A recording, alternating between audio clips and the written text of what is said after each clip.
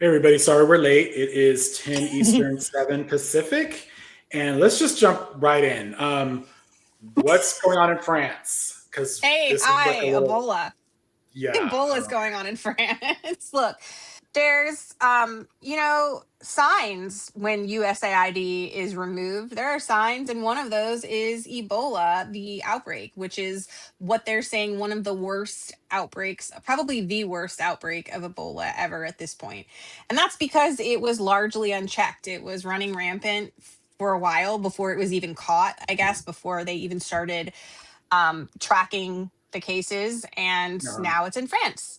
So that's not great. I do know, and we always keep this kind of in the back of our pockets as a reminder that this one doesn't transmit as easily in terms of outbreaks, because apparently you have to be symptomatic. And, like when you're bleeding from your ass, a lot of people don't go out and like run errands and stuff. So like that does keep people home, and it scares people obviously more than maybe other viruses. So that's that. But ultimately, one more outcome that we're seeing of the damages of this administration when they cease to fund. There's a reason things are funded by our government. There's a reason we have these programs. There's a reason they exist, and the outreach that we do to other countries directly impacts our country.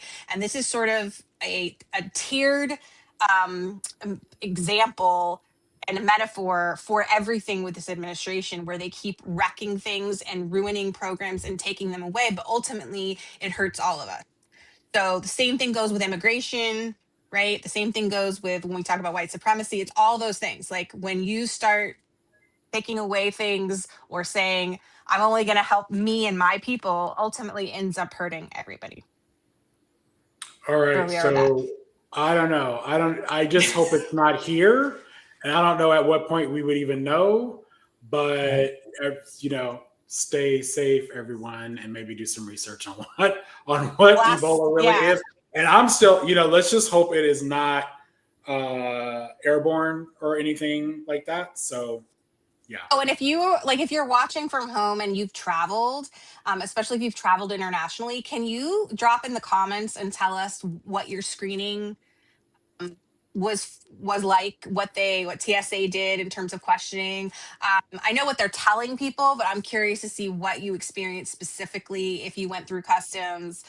Like if you're watching this on playback, just throw it in the comments too. We'll find it. I'm curious to see what everybody's experiencing in terms of the screening, because from what I've heard, it's very minimal. That doesn't surprise me, but yeah. Yeah. Um, let's chat about New York. So Tuesday we had elections there, and I mean it's if you're on social, you cannot miss the chatter. Let's play this little clip just with the little results. Democrats dominated last night's midterm primary elections in New York in a resounding show of strength for the Democratic Socialist mayor of New York City. All three candidates endorsed by Mayor Zohran Mamdani won their races, two of them ousting sitting congressmen. Daria Liza Avila Chevalier, a Democratic Socialist, beat five-term incumbent Adriano Espaillat in New York's 13th congressional district. Claire Valdez, another Democratic Socialist, won the open seat primary in New York's 7th congressional district.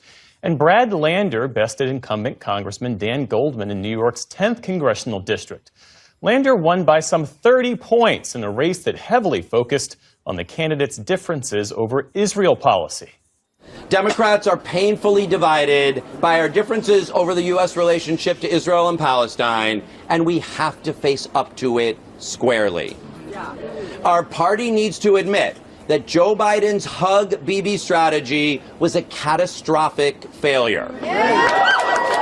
The enemy to all that we want and all that we hope for is in the White House, not in our own party. President Trump, for his part, responded to the results in several social media posts, one saying, quote, "America the Beautiful will never be a communist country." All right, so there's a lot to unpack there, but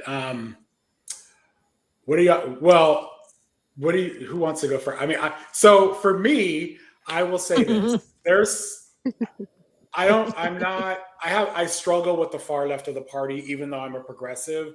I think some of the messaging is very challenging, and I think there's this this sense that we're going to throw away the establishment, we're going to win, and we're right, and it's going to work everywhere. And I just don't believe that it translates to everywhere. And I think the thing is, I think there's been a little overreaction, although I do think we need change in the party. We do. And we have a lot of candidates that aren't doing what needs to be done. But I think panicking and basing everything on Tuesday in New York City with a extremely low turnout and saying this is the messaging of the party, like we're going to adopt some DSA messaging, I'm not on that page. Thoughts? What are you guys thinking? I think the thing to take away from it is Zohran Mamdani is incredibly popular. And the reason he's incredibly popular is because he's been effective. He ran a campaign that got the nomination because he was putting forth a view that was positivity and hope in much the same vein as I felt with Obama in 2008. It was that same kind of feeling. And he has, in his few short months as mayor, actually delivered on a number of the policies that he wanted. And in terms of it translating to Iowa or somewhere else, I think what translates is action. What translates is we see that you are doing something actively and not just saying, oh, well, we can't do anything. That's impossible. We have to compromise with whatever. He's gotten it done. He went to Albany. He got funding.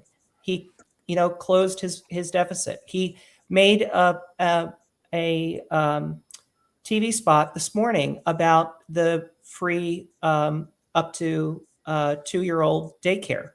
Like these are things that are actually happening in New York City, and it doesn't matter what you label that. And he said that in an interview that I saw this morning, where someone said, do you think, democratic socialist is what people want? And he basically just said, no, I think people want you to actually do something. And I think that's what we should take away from it. I think, so I don't have I like Mamdani. And I think this did give him, look, he endorsed 3 and those 3 candidates won. So that gives him an incredible voice in the party, but it is still New York City, and that's fine. I've been saying, in regards to Mamdani, what every candidate and every Democratic candidate, no matter where you are, can at least learn from his message. And I think one thing, what I'm going to say positive about DSA candidates, they understand social media. Whereas a lot of people in the party do not. Yes, very much so. They're running campaigns on social media, but also they're running them on the ground. So it's a combination of those two things. That's a very powerful, strategy. And a lot of people don't get it. They just do not get it. And if they're not learning that lesson for him, regardless if you don't, you may not agree with his policy or whatever, you may not think it works in your district. I mean, you can go you can go on social media, you can go talk to your constituents or your voters and say, hey, what's up? What are your concerns? These are my solutions, and then post them on social media. Those kind of things. Go to places that are not heard and introduce yourself in person and on social media and ask for their votes. And not enough candidates are doing that. And that's, to me, a big lesson with him even before Tuesday. I am concerned. Go ahead. No, go ahead. No. I thought that was the encompassing part of what you were saying. I mean, that's where I'm positive. I'm really not feeling a lot of Tuesday. My negative is the far left of the party, and I'm a progressive. I'm gonna keep reminding y'all of that because I agree with a lot of the policies. They have been running on this narrative of working class people. Working class Americans, okay? They won on Tuesday in large part because of gentrification. In large part, these districts have shifted. Black voters didn't turn out like they should. Latino voters didn't turn out like they should. And, we lost some good, a really candidate that's been in, 30 years because he didn't turn out his voters. But the voters that did turn out Well, you know what, Casey? I know you want to say something. I'm gonna just show this video real quick. This was disturbing to me and to a lot of people.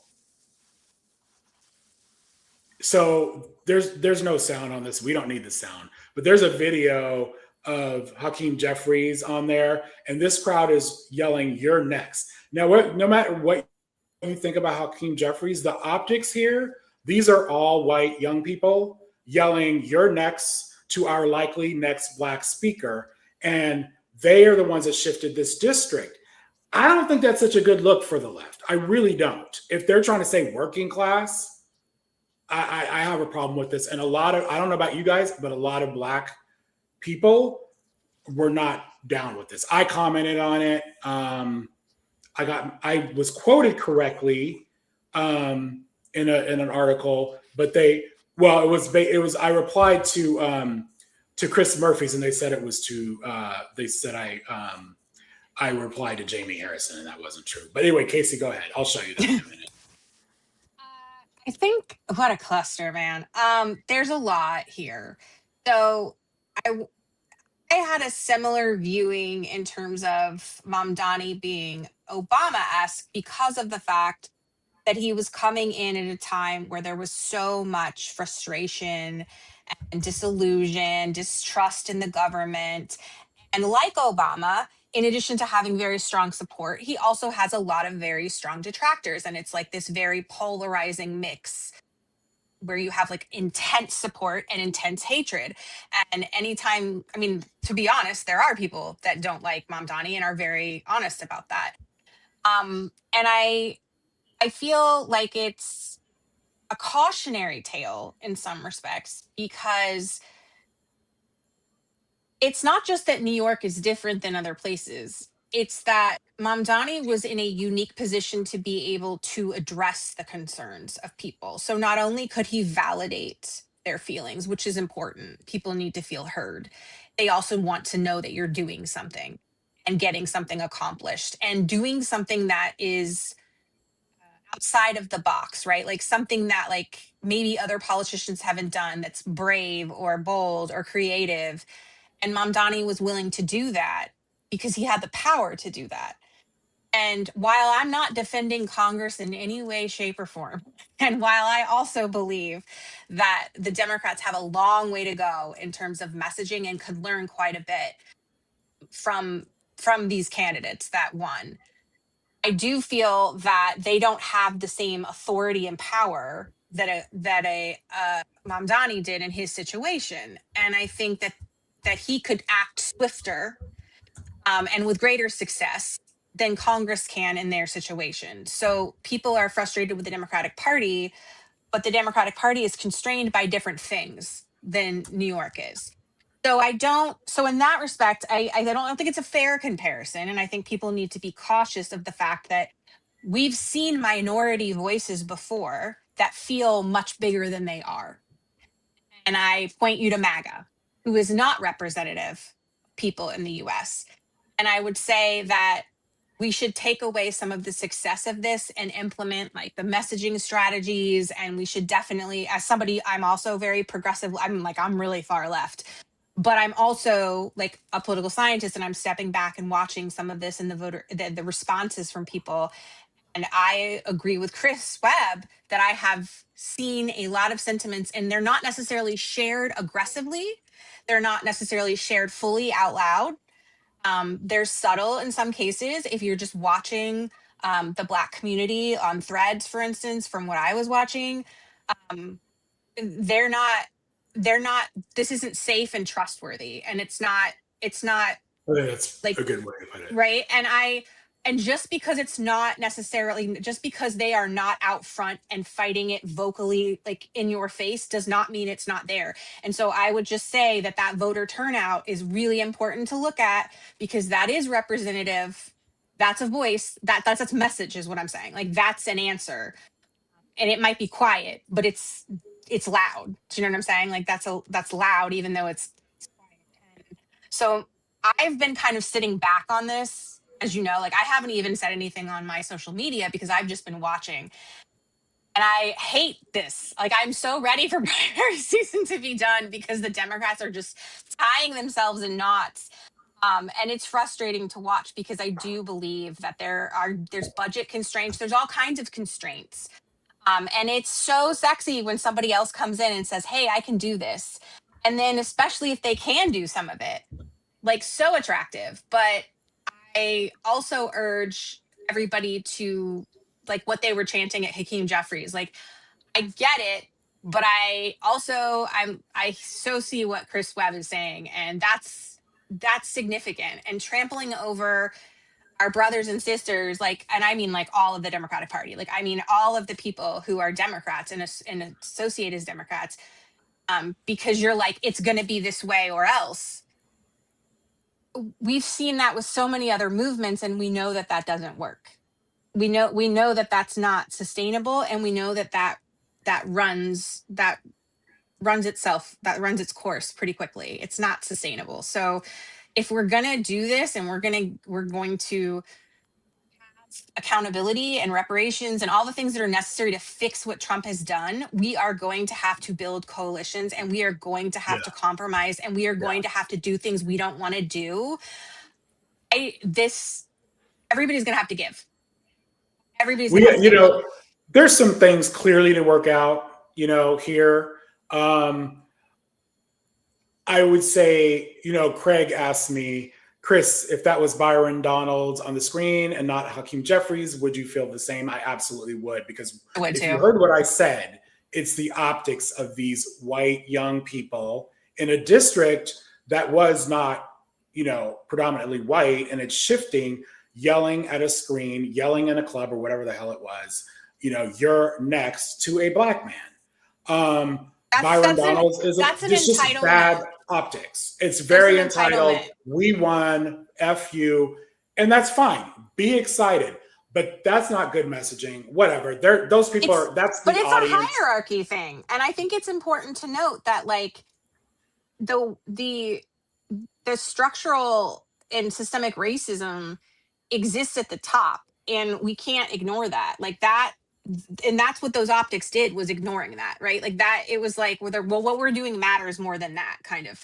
And that's the entitlement piece of, like, what we're doing is bigger than that. What we're doing is more important than that. But it's not. But it's all together. And that's what I'm saying, is you can't do one and forget the other. You can't achieve the left goals that they want and also be like, well, we don't care if you think it's bad that we're yelling that at a black man, right? Like, you can't be dismissive of these marginalized groups. You can't be dismissive of whole voting blocks just because you think you have a better message. I think that's not a sustainable you said practice. Coalition building, and I think that's so key. I think we can look at AOC, who, had kind of a rough start, years ago, but she is definitely an example. She is DSA. She's a Democratic Socialist. But she's a good example of coalition building. She's learned how to get stuff done. She knows how to legislate. She's smart. Yeah. But she disappointed a lot of people up front because they were upset that she didn't do some of the things she promised in the way that she promised. And what it was that she got into the system and realized very smartly that she had to work within the confines of the system in order to make change happen. And I think she has. And I think she's brought a lot of people in from the outside that maybe weren't in before and given people some hope. I think she needs help. And that's what we're hoping we can start doing by bringing more of these people into Congress. But if they don't have that mindset of recognizing that they may have to compromise or, like, creatively work within the system, so I think they're going to be one-term people. Yeah. I mean, on the screen right now we have, I struggle with pronouncing her name, Darialisa Avila Chevalier. She seems the most controversial of the three winners on Tuesday. She is a very complicated and troubling trail, I think, to most people, troubling social media trail. Some of the things she has said. I'll be interested. I'll be watching her. Let's see how you do. I have a hard time imagining, if you want to call her squad or whatever, when she goes to the House.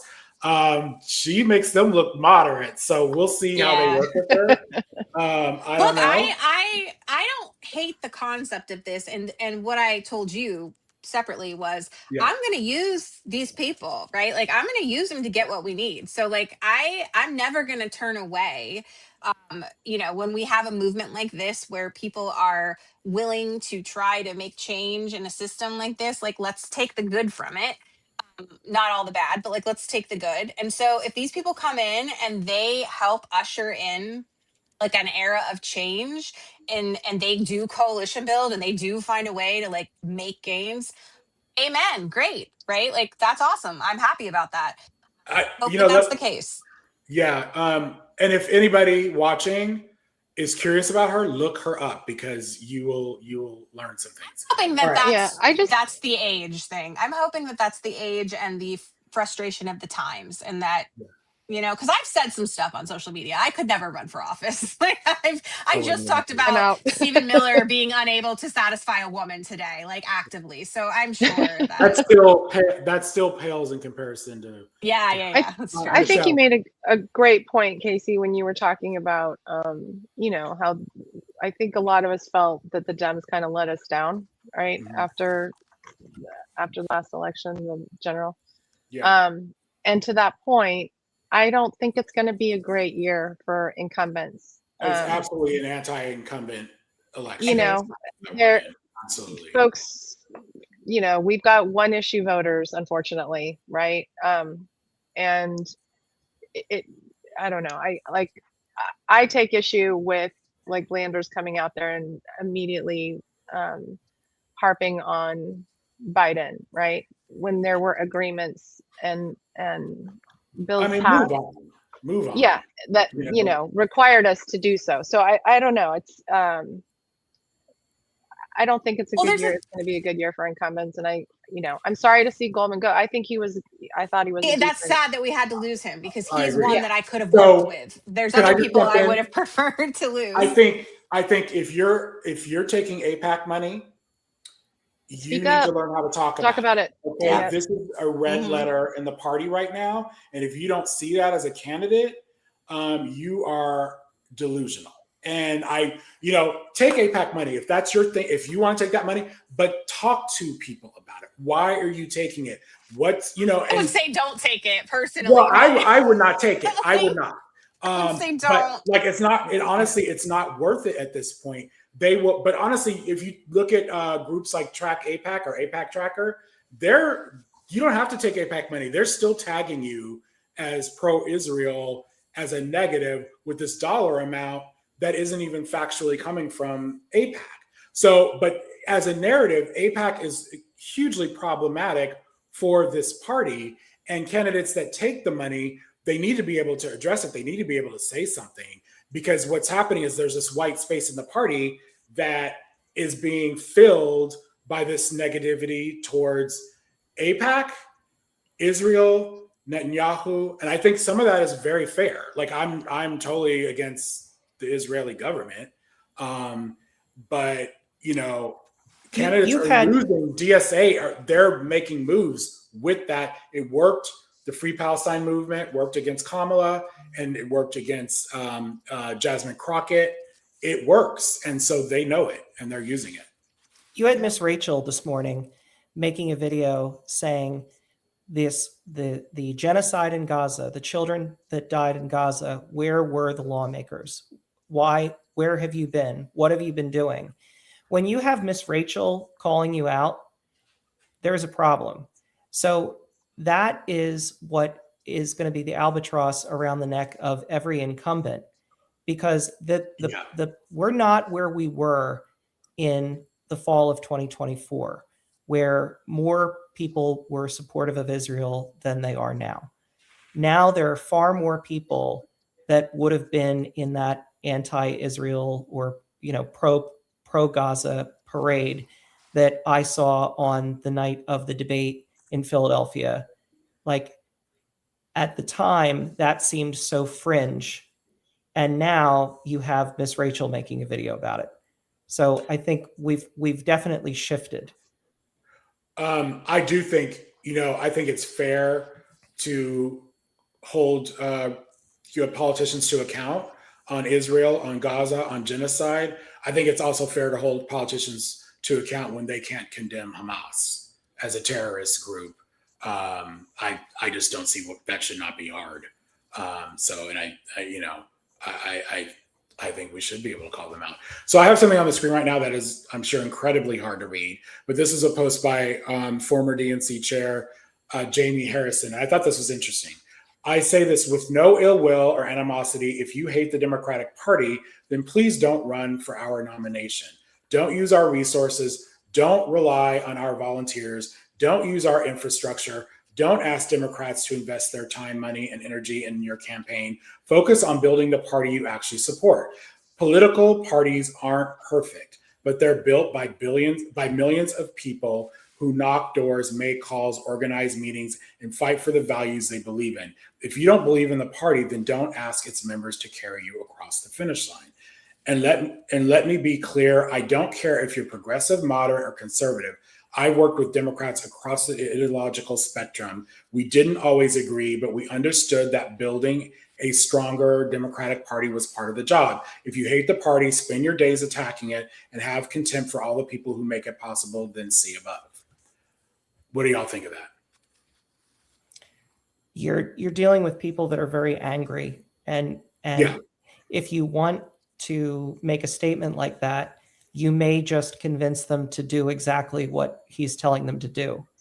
And if that were to come to pass, let's say we equate this to the Tea Party, that this is the left's Tea Party moment. You know, Yeah. let's say the head of the RNC had said that to the Tea Party. They absolutely would have splintered off and created their own party. They were so angry at the time. There was so much I had a lot of problems with them too. I'm gonna tell you right tailwind now, they to were that. bigots. But anyway, But my point is, if this isn't handled in a way that does kind of bring down tempers, then you have now created a situation where no Democrat will ever win again, because you're going to have a third party that's going to siphon votes from them. So, okay, so let me ask you this. We have this candidate here.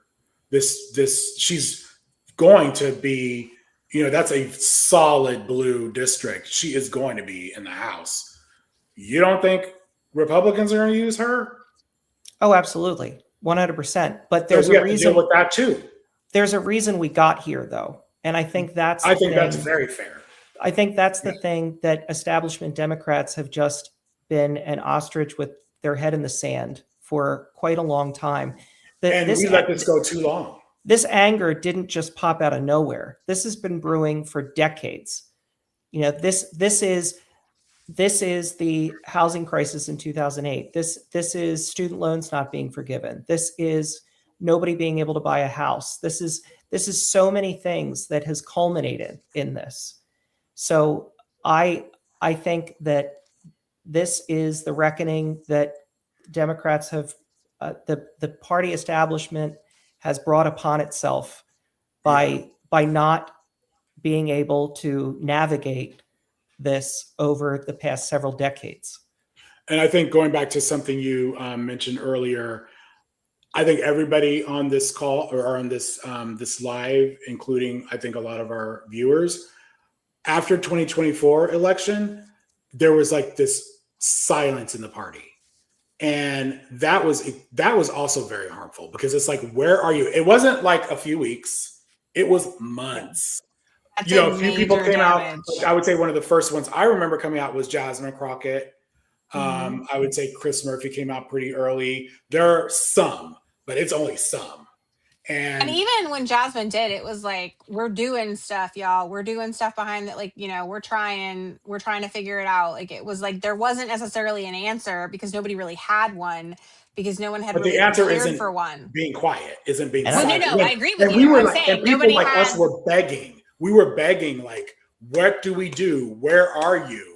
I But know I this. think they were people were getting elected. messaging. I think they were getting messaging from the top, and that's the problem. Is that I think that the people who were the leaders, or the storied professionals, the lengthy, the people like Schumer that had been there for a long time were telling people to just not say anything. I think that people like Jasmine Crockett were being told to stay quiet, and that's part of the problem too. Is that the Democrats have had a problem with not listening to some of the people who like AOC that do have a handle on like the vibe, like, and the feelings of a lot of voters. And they just kind of decide.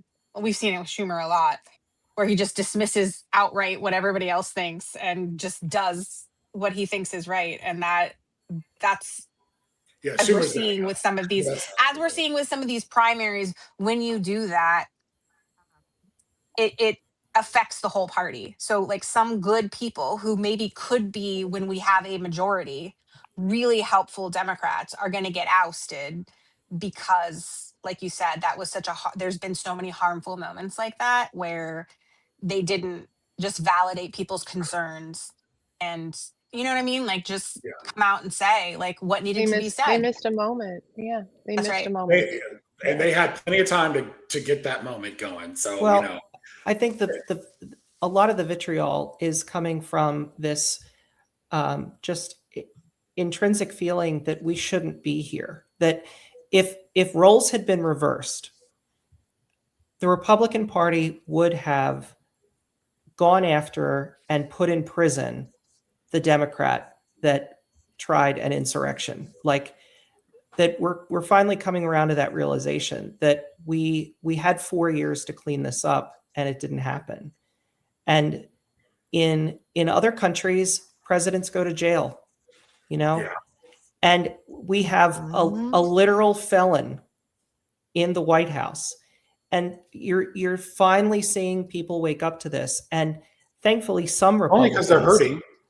But that's the thing, is the incongruence of it, right? Like things don't match up. Like what he's doing with what he should be doing, like it's not congruent. His actions don't suggest he shouldn't be president. He should be in jail, right? Like this is, people are starting to see that disconnect, and it feels it's not just that they're suffering at the pumps and like with their paychecks. It's just that like this is not congruent. This is not the way things look in other countries and the way that justice should be. And people have eyes on that now with social media. People have immediate access to that. And so when we're seeing revolutions in other countries and their leaders immediately going to jail, people are like, wait, we have a rapist, like pedophile felon And like in office. as a former teacher, and I can feel this way for parents too, of how do you teach your children to be moral? How do you teach them to always do the right thing? How do you teach them to be empathetic when the evidence in front of them is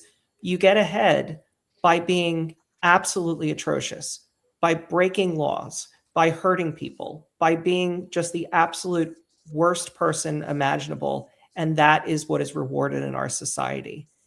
And I think it's definitely things like that that is all part of this stew that is creating this feeling of just somebody fucking do something. Do something. Well, I don't want you just to do something. I want you to do the right thing, and with the Yeah. right motive in hand. But yeah, This, did you guys see this? This, James Carville, like, speaking of dinosaurs. Well, never mind. He says, Carville says he wouldn't seat Mondami-backed Avila Chevalier in caucus. She's not a Democrat. Okay, y'all know, I just told you I had problems with her, but this is not the way. why are This we is not. still looking at a I don't know man? why When was he his gets last airtime election? this When This did is- he win an election last? When? 96. Anybody? Right, yeah. Thank you. So this is like, I can't really think of a more harmful action than that. Like if they refuse to see her, go on and see her. See what happens. You know what I mean? But like not seating her, who's that gonna hurt? Not her. Can I just say what we have been talking about as women lately on the internet?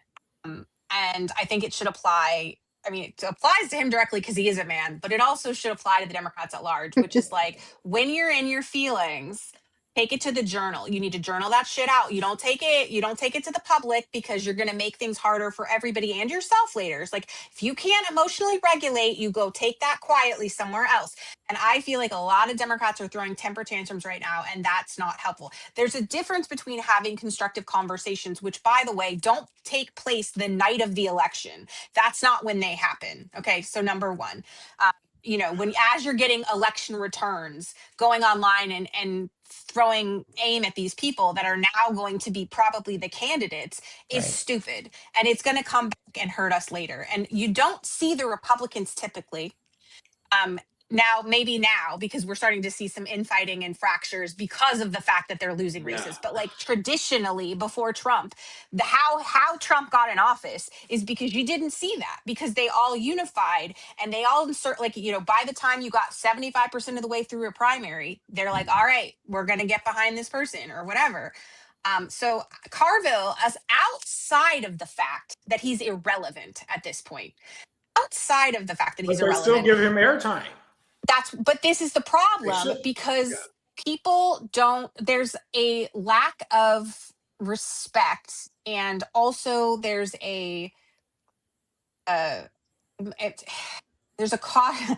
They're just, the media is afraid of taking on people that might be a liability, that might not sell papers. This is rage bait. This is like engage bait. They know that if he's right, then they're right, and that looks great. If he's wrong, it's still going to bring people into the paper or the online whatever.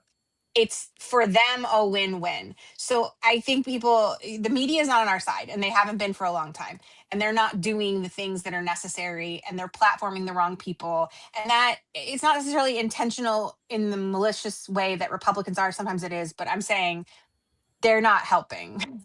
But this is also, you got to understand, a leadership thing, because 100% the people who have power could absolutely have called him up and said, don't open your mouth. And they didn't.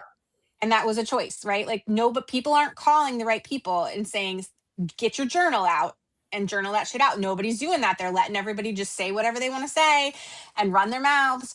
And this is going to be a problem for us later, and we're going to have to clean it all. And that's why I'm exhausted, if I'm going to be honest, because it's like, we can work with almost anything and we can make it work if we unify. But if we keep nitpicking, and if we keep having conversations in spaces that aren't productive, and by that I mean the night of the election or the morning after, like, as opposed to waiting and actually really ingesting, looking at the voter returns, right? Like, this goes to the people who were celebrating too, to some extent, right? Like, really waiting to see what was the message that was sent by the citizens. Like, what did they really have to say? I think a lot of people are falling for the fact that we live in a very immediate algorithm. Like, we live in a time where everybody wants that first viral post or that first headline out there, and we're suffering for it because people are acting too quickly and with a lot of intense emotions. And the Democrats need less of that, but they need that emotion. They need it somewhere else. They just don't need. I take that emotion and put it somewhere else. There's plenty of places that I have that I could use that, just not here. Yeah. So, I mentioned the anti-AIPAC sentiment. We still have to remember all politics is local, and this is a good example. Richie Torres did extremely well on Tuesday, and he is very pro-Israel. So it doesn't, it depends. It really depends. And also, I will say, this is one man, whether you support him or not, who talks about it. He doesn't just take AIPAC money. He does talk about it. So I don't disagree with. I mean, I personally would counsel everybody not to, because I think that that's just the easier course here. But the less self-destructive way, right? But I agree with you in the sense that what we see from Republicans is this unapologetic forwardness. And that's what people say that they like about Trump, is they say he says what he feels. He says what he means. We can trust him because he says what he thinks. Now, we all know that's clearly not true, that you can't trust him. But why is he popular? Because he's very aggressive, and the Republicans at large, like, that's their strategy. Like, they're very aggressive. They're wrong, and they're brazen, and they're obnoxious and egotistical, but that somehow builds rapport with their voters. So there's something to be said about, if you're going to do something, be unapologetic about it, right? Like, be honest and open about it, be transparent about it, explain, like you said, explain yourself. And like, maybe this is the alternative to that, as opposed to just pretending like the dinosaur or elephant, it's the elephant, pretending like the elephant isn't in the room, or the dinosaur, or whatever. I was talking about Chuck Schumer before, so it was in my head. I think whatever, like, just acknowledging it, because that's the trauma that everybody's reliving from that November of 2024, where it wasn't talked about, where nobody said anything forever. And we were all sitting in like our calls going, what do we do? What, will anybody say something? And so the idea of you not addressing when people are clamoring for an explanation about your APAC monies, and you're like, well, it'll just go away. It's like you're making everybody relive some of the darkest times they've ever had. Nobody wants that. So just answer the questions, and get some media training, get some media literacy. Like, Please do everybody that. needs a Yeah, publicist. I And feel like we definitely are missing when it comes to like the authenticity factor, right? Like, yeah, I think like with Trump, everyone was like, I believe him, he's not lying. He was authentic in who he was, which was just a shit show. But people believed it because it's who he was. So they didn't see him as being a liar, or, they saw him as some evil genius. I don't know. It's just crazy to me. I think he spoke in ways that people saw, they saw themselves in him, or them in him. I think we need more folks stepping up and speaking to things that really matter to people. And, like he's currently now holding back housing legislation because he Yeah. wants to pass Yeah. the SAVE Act, That was and take away people's votes. So you don't get to vote, and maybe I'll pass housing. Neither one's gonna. I mean, if he has his way, neither one of those things are gonna happen, right? He wants his SAVE Act. This is about power he for wants them. women and black folks. And I out. really wish the folks, who just won, the folks who are representing the DSA, that they stop attacking Dems, and let's attack the guy who's really doing some major damage right now. On that, Yeah, on 'cause that Like, point, I though, want them to shift, and I don't I know think if I I think what you're saying, attack, I agree with. But I think that criticism, I think you can criticize people in criticism your is fair. party, just like I I'm think criticism criticizing is the fair. DSA. I think these are discussions we need to have.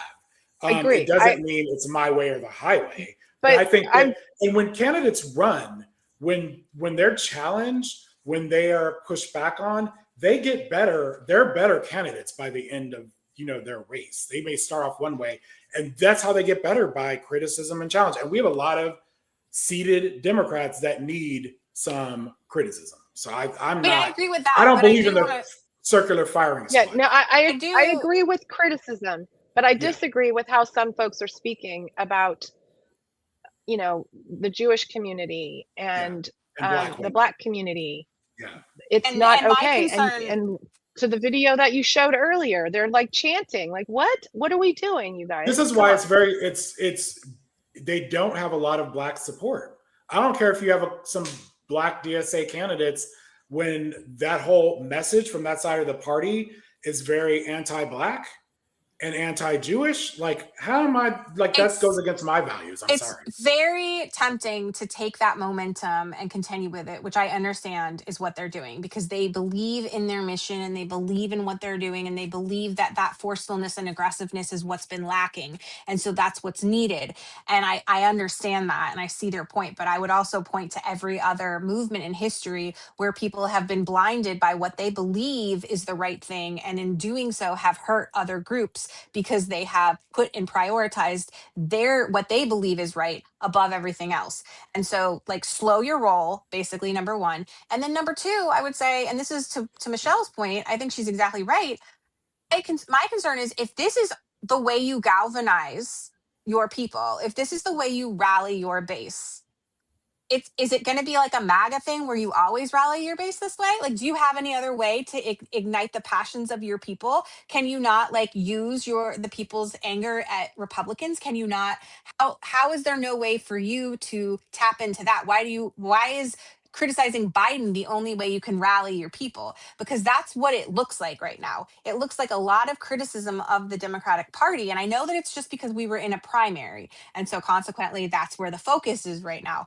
But I would like to see a shift now. And that's what I'm looking for, is how they transition their messaging to move into more of a like kind of a national view in terms of where things, because it's not just the fault of the Democrats, right? Like it's not just because the Democrats failed to message and failed to be bold in their strategies and be creative. And it's not just that. Like there's plenty of blame to go around. And I'm just hoping that they can have cheerleaders that exist for that messaging and not just attacking the Democrats. But I think there's a difference between constructive criticism and then just kind of using that as rage porn to keep people invested in their messaging. So, And I'm not defending Jamie Harrison's comment either.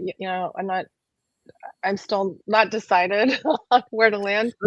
But to his point, I think there's, things that are kind of happening that a lot of people aren't seeing, right? So I did see a video of the co-chair of the DSA come out and basically say that they were just using the Democrats, right? That they actually saw Democrats as being an obstacle and not a home.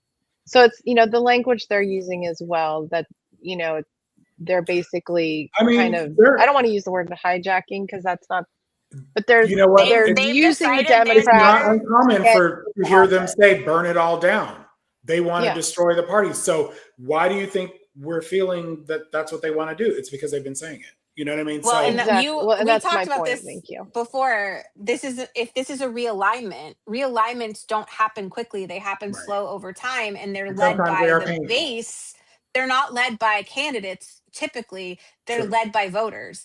And and while I agree that there is a sentiment among voters, 100%, and as well as I'm here every time talking about how people are more progressive than they know. And there's a lot of education that needs to be out for people and the voters because they truly are progressive and just don't know it. But with that said, I think that a lot of what they're doing in terms of pushing and the aggression that they have is premature. And it's forcing something that isn't quite ready to happen. Yeah. And to the detriment of the party is what I'm saying. At a time where really what we're seeing is what should be happening is the Republican Party crumbling. Right. And the Democratic Party sort of restructuring within, but like finding its messaging and instead what we're seeing is both parties collapse. And that's bad. Like, to be honest, that's not great. So that's why I've sort of been sitting back and watching is because I'm a little concerned about that, to be honest. I know, Chris, you are a teacher, so Chris Quinn can challenge me on that if he thinks maybe that's too bleak. Let's watch one final clip and then we're going to move on. This one clip is interesting. Oh, let me just say this is before the election, but it's election related. How Barack Obama used a proprietary structure, Obama for America. He didn't use the Democratic Party per se, but he created a movement that the party eventually adhered to. Then Bernie Sanders came and ran against the Democratic Party in 2016 and 2020. So if you're a voter 20, 30, 40 years old, half of your life, you've really not seen the Democratic Party as the path for political and economic empowerment than I did when I came in. So there's a whole generation of voter right now that does that just looks at the party as just something that doesn't really appeal to them as much. That is a long-term problem that I think is going to take another generation to kind of fix. But the truth of the matter is, if you're someone who's an older voter who does see the party as the path for political and economic empowerment, I have to say you are looking at all of this a little as somewhat problematic, because a lot of older voters would argue that the DSA and the progressives privilege class over race. And where a lot of these matches are taking place are in historically black and brown neighborhoods. And those voters would tell you that race and class are so inextricably intertwined, you can't pull those things apart. So that's where a little of this tension is coming from. These progressive and Democratic. That was the point I had made the other day when I saw this, is like very often the far left, the DSA, they leave race out of the equation when it comes to poverty or working. I don't like working class, but working folks. And Black people, we don't feel like we have been oppressed for generations. So the fact that we, like where I live today, I would not be able to live in the 50s because it was redlined. So there was historic redlining that left Black people out of the equation. We do not have generational wealth because there was no home to inherit and that kind of thing. And so this institutional racism, we will never forget. And that is really not part of the acknowledgement of the far left. So that I'll leave it at that. All right. So next, all the president's sent. So where do we begin here? Because how about, okay, let's play this clip from Rachel Maddow here. I think this is the clip. Oh, here we go. She kind of puts it together pretty well. Is what the reflecting pool on the National Mall used to look like before Donald Trump was president. Here is what he has done to it now. A big green algae blob with a rim of some other color around the edge of it where they dumped a bunch of hydrogen peroxide into the pool. It's like the world's grossest counterfeit Rothko painting. Similarly, here's what the White House used to look like before Donald Trump was president. The White House had its grounds and environs. Here's what Trump has done to it. Goodbye, East Wing. Hello, giant hole in the ground. Hello, giant weird cage fighting contraption. Want another one? Here's another one. This is what the ellipse off the south lawn of the White House used to look like before Donald Trump was president. And here's what it looks like now. Nice. After Trump threw himself that birthday cage match and destroyed the ellipse. Great. The seat of America's government now looks like a carnival that's been hit by a tornado. So I don't know. Casey and I were having this discussion. I think this went on for a couple of days, didn't it, Casey? Like there was this photo, I'm sure you all saw it, of the ellipse. And leading up to the UFC cage match or whatever the fuck it is, they kept saying South Lawn. And I saw this and I'm like, God, that's not the South Lawn, that's the ellipse. The White House is directly to the left of it, or maybe it's in front of it. This is the bad view. Here, I did this little thing. So I labeled the aerial view here. That's the ellipse. The White House is like right over here. And so the South Lawn had its own issues. And then the ellipse, I guess that was where the other events were. And it's just completely leveled. I mean, I've walked through the ellipse before and it was green. There was mature foliage and all that. This literally is Trump leaving a trail of destruction in DC. What do y'all think about this? Because he's doing it on purpose. He's doing it on purpose. This is on purpose. And I need everybody to see that, because if he does it in a way where he can either blame vandals or he can suggest that it was somehow structurally unsound or there's something wrong with it or whatever, then he gets to rebuild it and he gets money to do that. And then he can, like, all his money laundering dreams come true, all of his quid pro quo, like all of his contracts to his friends or whoever.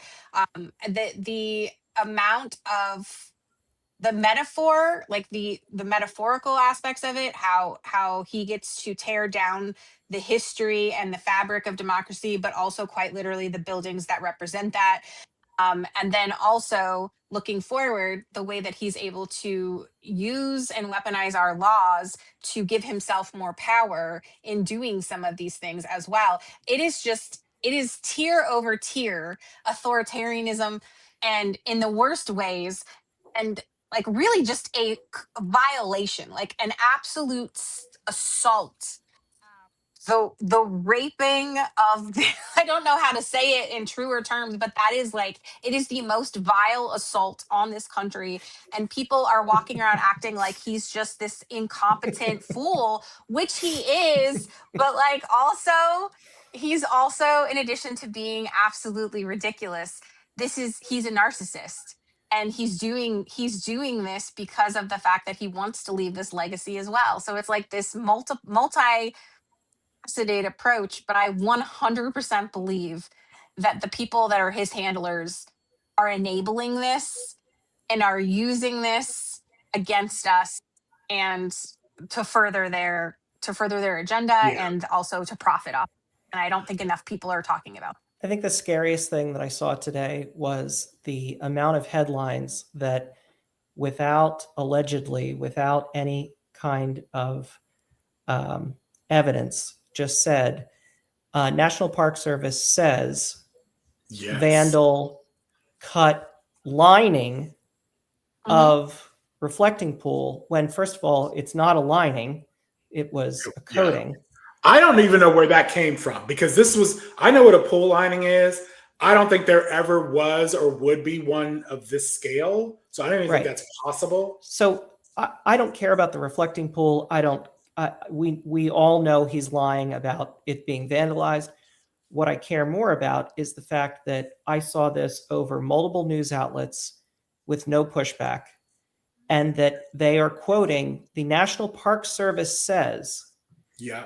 This is crossing that line into North Korea territory of, we're just going to repeat the lies that the administration says without question. It's been happening. And we on talked everything about this Trump on the does. last They parrot it, and and we have to hear this every day. And this is what I said about the problem with fact checking the math on things like the ballroom and the other projects, because, I talked about this with you, Chris, because I don't think we didn't have a live last week, but I had asked on the call that I was on with another group last week, and I said, we're really to the point now where we should start making stuff up.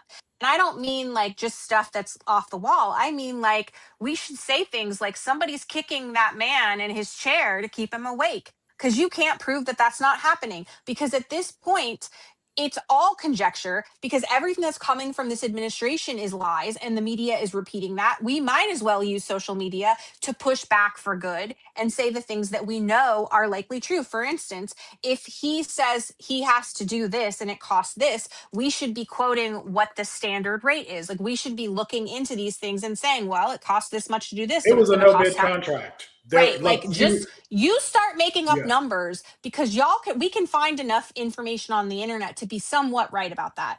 And I think my husband literally fills the world with concrete. It's what he does. That's what I'm saying. We have people like that are have school us. Conversations about what the cost would have been for this, right? Maybe 3-4 million when you're talking paint, fixing, So the fact that it jumped from 2 million, which would probably been more accurate, okay? 1.5. So that's what it should have cost. The fact that it jumped to 14, and now all of it's this actually is closer to 16 now. By the time they install the bubble now, I guarantee you, by the time this is all done, he'll be like, oh, it's now 30 million. 100%. It's gonna be some insane number. It's going to be at least 50 to 75 million. And in any normal world, a contractor that did this botched work would be on you come back and fix it. No, you guys, there's actual video, and there's actual video of construction workers on the ground. Yes. Like, before it was even filled, they knew that it was peeling.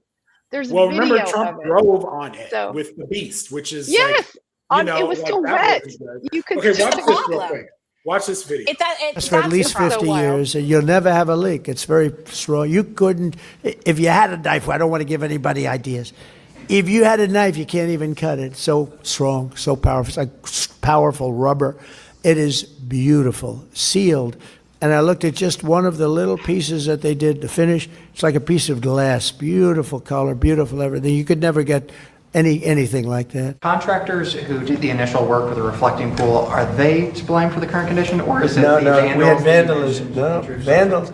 It was all, we have I think 290, 300 foot slit right through it, probably a box cutter or a knife of some kind. Or we had people lifting up the basic, some of the, it's not a lot of damage, but we'll probably have to let the water out and refix it. They went in there with a knife. I was just told by the people over at Parks, they have 5 people are arrested and 5 people are under. Okay, we could stop it right there. But what are the logistics of actually cutting a pool filled with water? Is he saying it was done before it was filled? I don't know. There's no surveillance. But okay, so let me just stop talking. The New York Times came out with a report, and let's watch this real quick. Times has obtained receipts, internal government documents that show just as workers were trying to fix the problems at the pool, Donald Trump was blaming the problems on vandals. But the records don't show that. While there did seem to be 2 gashes in the foam between the pool's expansion joints, the paper says, the foam has no bearing on the blue sealant, which was starting to peel off. Workers also noticed some of the devices used to kill off algae, well, they weren't working. And what is more, the pool was refilled with DC tap water, which has phosphate in it to keep lead from leaching out of old pipes. Why is that relevant? Phosphate also feeds algae. So there you are. And then, did you see as what Chris he said? mentioned, Did you hear him say, I don't want to give anybody ideas, but blah, blah, blah. Like, what does he do? He tells us what he's going to do before he does it. And there it is. Like, everybody, we just need to watch him. And then in 2 weeks, he's probably going to do whatever he's saying he's doing now. It's going to sound off the wall and ridiculous, but that's probably what he's going to do. At 300 feet, I'm sorry, but like, when he said 300 feet, I'm like, does anybody realize how far 300 feet is? No. It's about as far as we drove in the pool. Your box cutter would not last that long on cement. It just I was would going to not. say, like, somebody's just dragging that down the reflector and nobody noticed. Everybody sees it. It's so ridiculous. It's just so ridiculous. I thought this was a good video because it shows them fencing off the pool.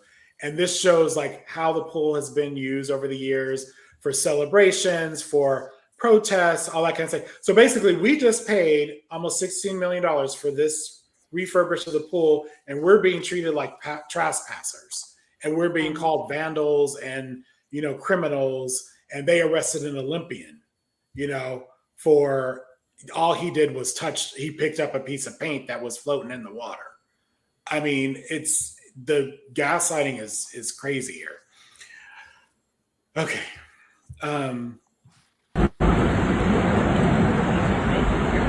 I just drove by that last night. Yeah.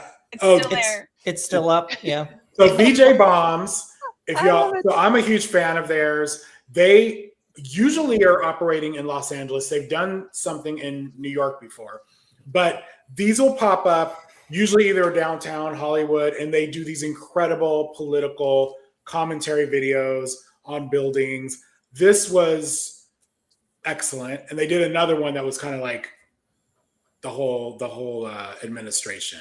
But like this is John F. Kennedy Center, right? And it's been tarped for how long, you guys? Like 2 weeks? Yeah.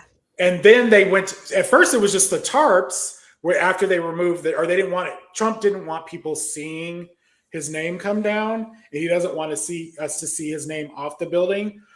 But then people realized they made an opening where the doors are. So this is not coming down anytime soon. And a judge actually is asking for the reason. Like, it needs to come down.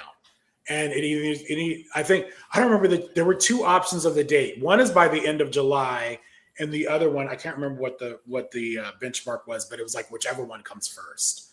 So this will be interesting. Well, and it was about, it's my understanding that what the judge, I'm sorry, I apologize. I can't remember her name, the representative who brought the bill forward to have his name taken down.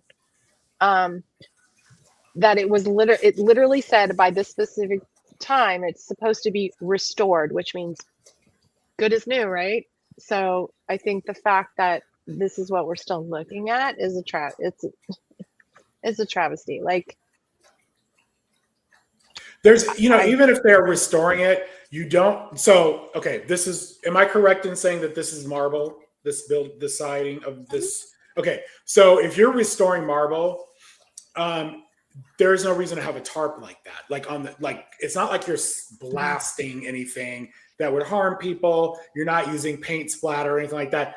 When you're restoring marble, it's a paste. You're using sanding. You're using, this is bullshit. This is obviously just to cover up, what's going on there. And it's Trump being Trump, and it's not okay, because this is something else that he did without permission. Literally everything he's been doing in DC is he's circumventing some kind of law, some kind of jurisdiction to get it done. And I think he also wants to pin on everything because he knows he's not going to be long for this world, and no one's going to be like, yeah, we need to put up a statue when he's gone. No one's going to really want to do that, and I think he knows that. If you took the tarp down, you would, however, damage the most delicate thing in Washington, his ego. which is his ego. And that is it, folks. That's it right there. And they'll take it down when people aren't thinking about it and talking about it. And that's exactly what that was meant to do. And I think that's what a lot of this is doing, because people talk about it being distraction, and it is. I mean, it could be two things. It could be a distraction, but it can also serve as a way to further their agenda and further their power, and broaden the scope of the executive and all of these things, which I think it is doing. And this is, I hate the fact that I have to say this. I want to be very clear. This is not an easy thing for me to say, but this has been some of the most effective and impactful political strategy that we have seen in our history of government, which is gross. But their evil villainy is not. They didn't blunder their way here. This wasn't accidental. Every single part of this is orchestrated, it's curated, it's intentional, and that needs to be taught more. And I think that the reason it hasn't been is because Democrats didn't want to embolden them. They didn't want to give them more credit. They didn't want to make them seem more powerful. But I think that what they've done is a disservice, because I think they've undersold the villainy here. I think they've undersold the evil and the anti-democratic, the anti-patriotic, all the things that this nation stands for as we go to celebrate the 250th anniversary of its inception. All that is most important about this country is what this Republican Party has fought to take down, and what they are continuing to try to take down and take apart. And that should be talked about, because it is the, think about all of the people that have died for this country, that have served for this country, so that we can have the speech, so that we can have the freedom to have this live and these discussions. And this administration is doing everything they can to break that apart. People should talk about that. That should be talked about. And I don't think we should minimize that. I think we need to call it out. This isn't just the ravings of a madman or a man stricken with dementia. This is intentional. And while he may also have a health condition, and maybe any minute now, maybe any minute.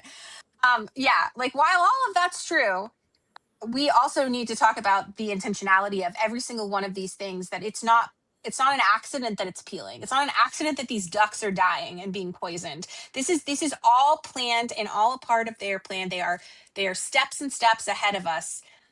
And we really need to talk about that with intensity and regularity. Yeah. All right. So let's move on to here. G7 was kind of interesting, and I don't know, very unsuccessful for Trump. Oh, no. But listen to this, and I appreciate this fact check. You're not going to have to listen to Trump. We're showing this for another reason.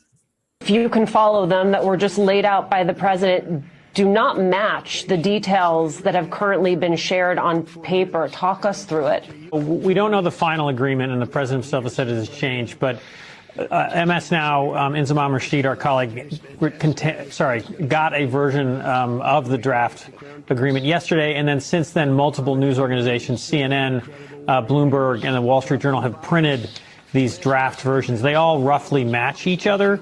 The president is sort of talking about how he insisted there was language in the agreement saying that Iran would never procure, buy, or acquire a nuclear weapon. The words procure, buy, or acquire do not appear in any of the drafts that MS Now or these three organizations have seen. I'm astonished that he's sort of saying it's okay for Iran to have missiles. Again, you can tell both the people of northern Israel that it's not okay. You can also tell Saudi Arabia and UAE and all of our allies in the Gulf how devastating those missile attacks have been. But he's now saying it's okay for them to have missiles. And a broader, more concerning thing is that he claims there's a third group of leaders in Iran, and they're going to embrace being part of the kind of global community and global economy. That was said also by a U.S. official earlier this week and by Vice President Vance. No expert thinks that. This is an ideological regime. And, lastly, on the Obama and the numbers thing, $300 billion in reinvestment money, up to $100 billion in frozen Iranian assets. This regime will use that $400 billion to build more missiles, to, fund their proxies. And again, the night the president launched the war, one of the 6 goals he launched was to eliminate its missile stockpile, to stop the funding of proxies. The words missiles and the word proxy does not appear in any of these draft versions of the MOU that we've seen. There's just no mention of limits on them at all. Yeah. I had clipped that because that was the day Trump was rambling on about just craziness. I mean, I think that speech was like an hour or something. And I don't know why his people let him. I mean, we know he's going to be crazy, but do 15 minutes, do 10. He was just rambling on, and MS Now broke in and fact checked him. They did that a couple times. And so to me, I loved it because I'm like, this is how it needs. This is how it needs to be. I appreciate that. Yeah, a lot. So you might notice Marco Rubio there, the look on his face when Trump is talking. That's it was always like he would rather be anywhere else. What'd you say, Chris? That's always the look on his face when he's around Trump. Yeah, I mean, I don't questioning his life choices. I posted that exact same thing. That's that look on that face. He does not hide it well. So it's interesting. I think right now they've been having the negotiations with Iran, and everything we seem to say, Iran's like, nope, that's not true. That's not what, we didn't agree to this. We didn't agree to that. We're not going to get into all those details. But I do feel like it's interesting that Marco Rubio is not out front and JD Vance is. And think back to before we went to war, what JD Vance said. I think very much is in not going to war with Iran, right? It would be a huge distraction of resources. It would be massively expensive to our country. And again, I'm not saying we stick ourselves into the Middle East and start a war here, but we recognize, okay, Israelis, Gulf Arab states don't like Iran. So let the Israelis and the Gulf Arab states provide the counterbalance to Iran. America doesn't have to constantly police every region of the world. And this next clip. Do you feel that way about women's uteruses? Because that would be great. Okay, this next clip is really important. Remember this. Yeah, what is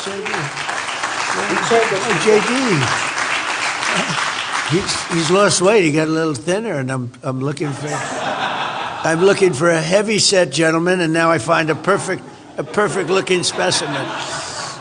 He's doing a great job, and he's working on the deal, right? How's that moving? Is it okay? The big deal? You see it happening? So if it doesn't happen, I'm blaming J.D. Vance.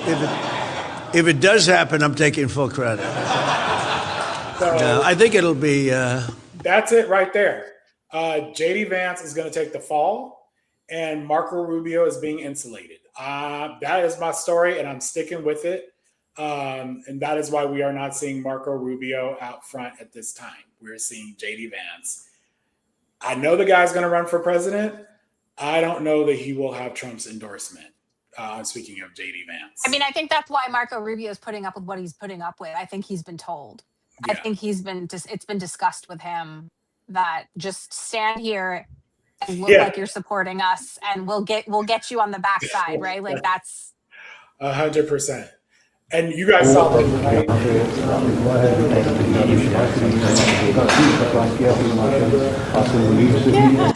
Womp womp.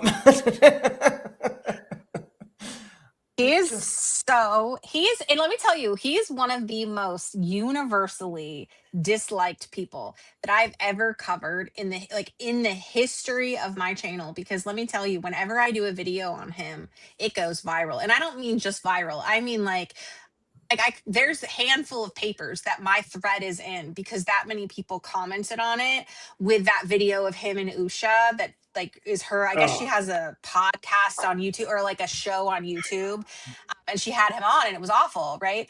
But my point is that I was showing how they're lying, obviously, about the status of the relationship, and that you can't trust him because he's an actor. But I was commenting on how badly he is at acting, which is surprising given that he's supposedly a theater kid. But also, more importantly, that people see through it. And unlike Trump, they are unwilling to give this man a pass or unwilling to be like, oh, that's just the way he is. They see the fact that this man is very intelligent. Like Trump isn't. Okay. Trump isn't. He is as vile as he puts on. Like what he's doing, that's what you see is what you get with Trump. But JD Vance actually is intelligent, and JD Vance understands exactly what he's doing. And I think people read right through that. And so they have given him absolutely no peace. Every single time, it's like everybody comes together. And I think that we should really make this the next focal point of the Democratic Party is because it's the one thing everybody can get behind is how much they despise JD Vance. I hope he's the nominee for the Republican Party. Yes. I think he will be a lot easier to run against. He is very fake. He basically reads the room, and whatever he thinks he should be saying for that audience, he will say. So you could watch a clip of him earlier in the day, then later in the day. And he on The View, I don't have that clip here tonight, but he was a train wreck. And you can tell this guy doesn't believe anything he's saying. Well, and he's bought and coached by Peter Thiel. So let's not forget that. I think most people don't know that, Michelle. I think a lot of people don't know that and aren't aware of that. So they already their spidey senses are up and heightened. They read what you're saying, Chris, about them. They read that right away. And then when they learn that in fact he's bought by Peter Thiel, he's here to sing for the Heritage Foundation, even though he doesn't likely believe most of it. He's just there to get power and money. People hate him even more. They already don't like him. Now they hate him even more. Remember, he called Trump a Nazi. I mean, that's not a subtle diss. Song. You know what I mean? He's a never Trump guy. If I called you a Nazi, I would not be sitting across the table from you. I would not be your running mate later because, well, first of all, you wouldn't have me. But second of all, I am disgusted by you. I do not want to know you if I think you're a Nazi. We should play that. That should be our out music. I'm a never Trump guy. I'm a never Trump guy. That it's literally his voice. It's not somebody that's his voice saying those things. Right. So what I can't get out of my head is every time I see him. So remember when he went to the donut shop, you guys, and he's like, it was so awkward. And he literally is like, so how long have you been working here? This is him right now in a So imagine when he's negotiation. Running, you're going to have 2 years of that. 2 years. Well, I want to, you know what? First of all, so many people commented on the Usha JD video saying that somehow this had managed to eclipse the awkwardness of the donut shop, which is how you know how bad it was that everybody thought that. But then also, I think what it is, this man is, he doesn't care about people.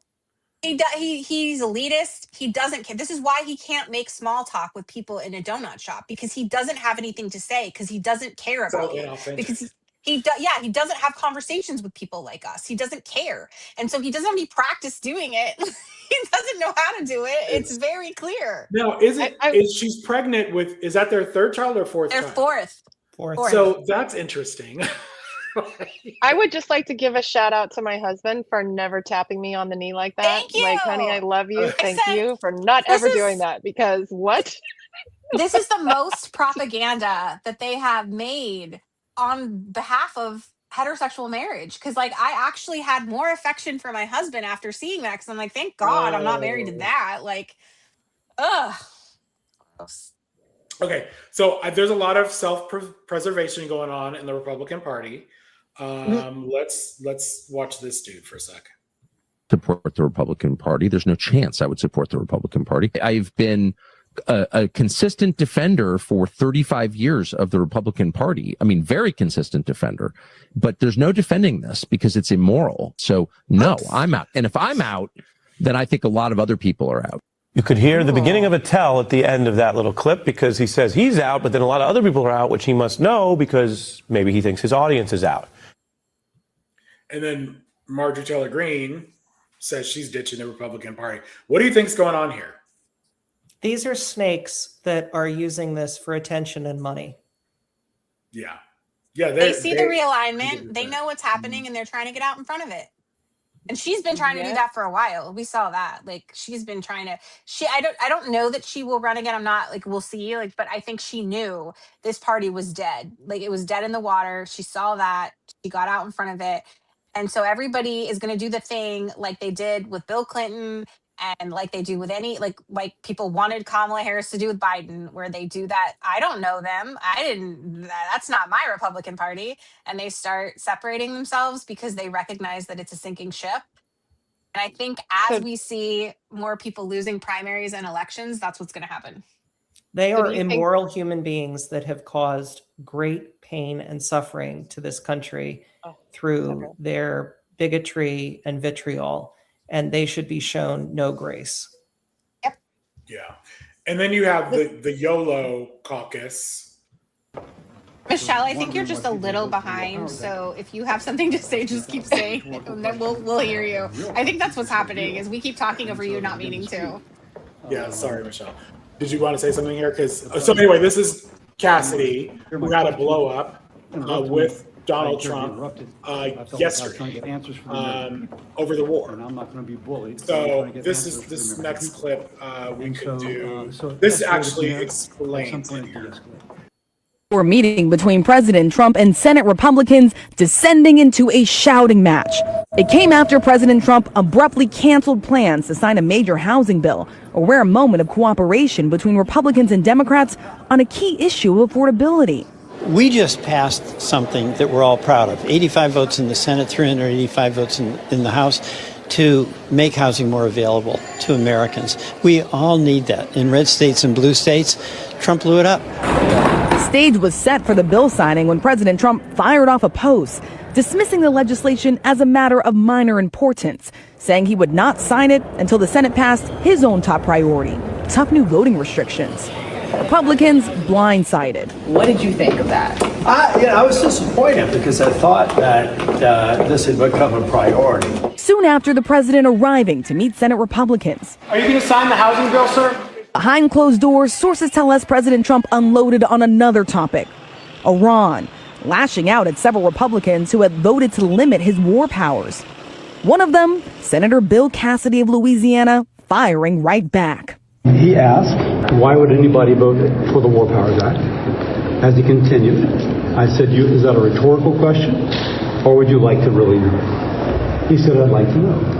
I stood and said, you have not told the American people what's going on. Cassidy acknowledges he lost his temper. Voices were raised.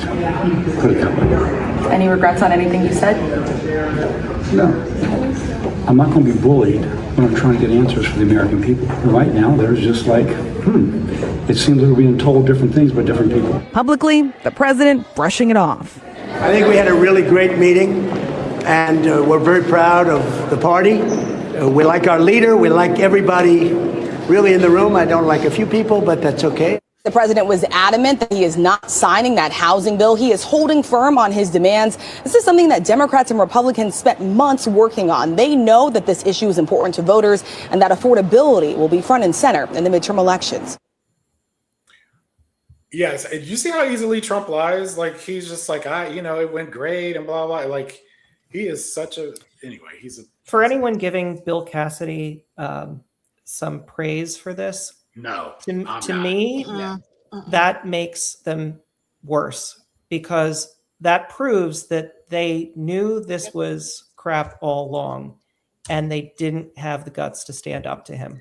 And also, this is a man that voted positively for RFK Jr.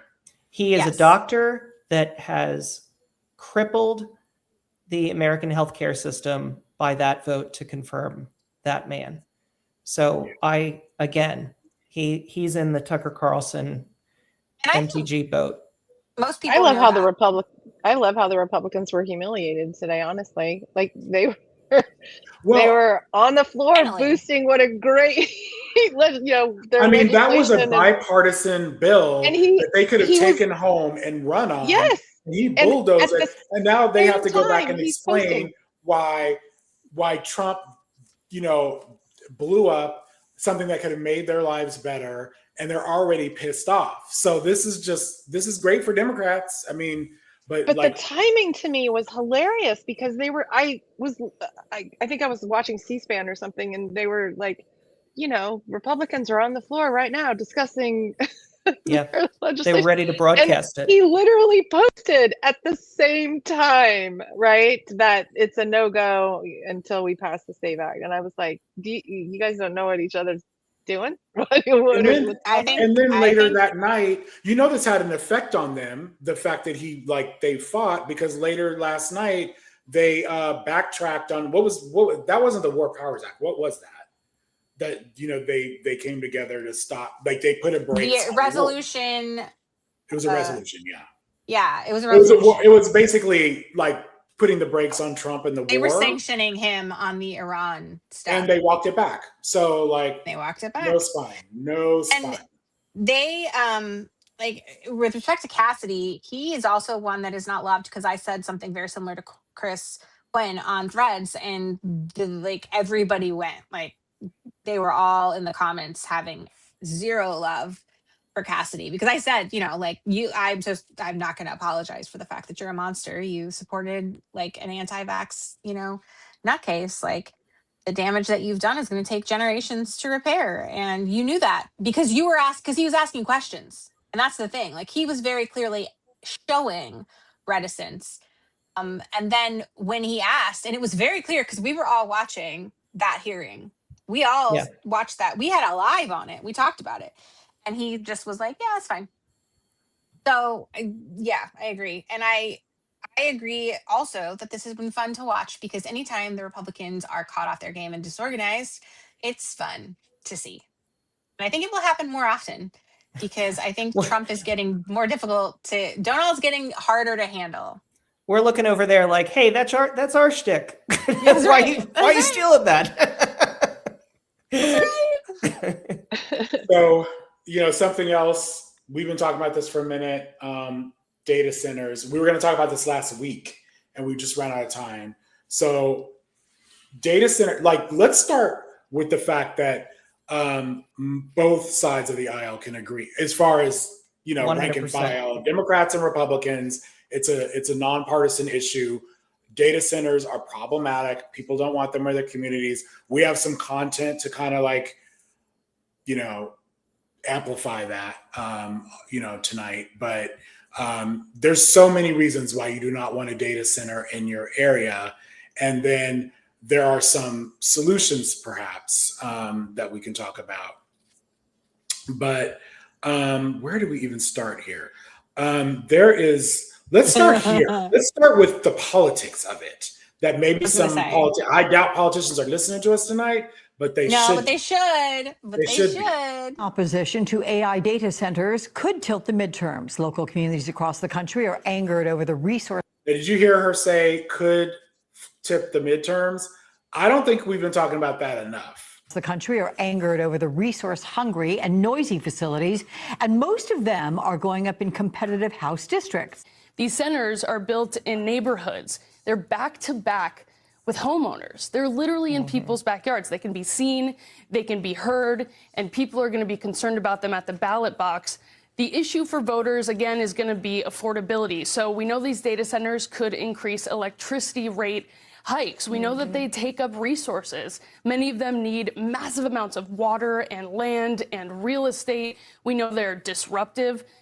There's a really interesting data center fight in Nashville, Tennessee, right next to a zoo. And the zoo is saying that the light pollution and the noise pollution could actually endanger their animals, especially the endangered species. And then the big issue is many of these AI data centers are coming into these neighborhoods. They're getting major big tech tax breaks, which means they don't necessarily have to hire local. And the question is, what are they putting into the local economy? So this has been an issue.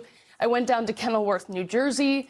They are having a problem with this. That's in a county in Union County where they're dealing with budget crises. They're dealing with school closures, all while they're seeing this major company come in and build this data center. We also have a teammate, Josh Einiger. He went down to Texas, and he literally spoke to 2 voters who have changed their affiliation in part because of this issue. Take a listen. It seems to me that data centers are more important than we, the people, because they're not thinking about us. They're not thinking about how hard we work to put food on the table. We feel completely let down. We've been mowed over, steamrolled. By whom? The government. Texas politicians, Abbott, Trump, we have been mowed over. So there. What Yes, did you I have. say? How long have I been talking Yeah. about this? Since last year. Because Virginia is the data center capital of the world. Capital. And because it was a big election issue, as you know, Virginia has off-year elections. So we had our elections last year, and Abigail Spanberger was running. And what's happening now? She's kind of rolling back on some of her promises to tax data centers, and she is getting lambasted. She has gone from being one of the most heralded, one of the most beloved as a new politician, because she was signing all that legislation because she was supporting the Democrats, but then she rolled back on some of these key issues like collective bargaining and the data centers, and now she is like being vilified with good cause and understanding, because this is a bipartisan issue that affects everyone, but especially rural voters, because oftentimes that's where these data centers are being put, in these suburban or rural areas where the land is more affordable or where the pre-existing warehouses exist. And also there's a through line to these corporations that also fund and or are connected to like the Core Civic and Geo groups and all these people that are running the ICE detention centers too. It's like this prime real estate or this land that's not prime that actually has been sitting on the market for quite a bit of time. And then here comes these Republican governors and these, and presidents like Trump, these Republicans that are like, here, let's make a deal. And then everybody's benefiting but the consumers. Everybody's benefiting but the voters.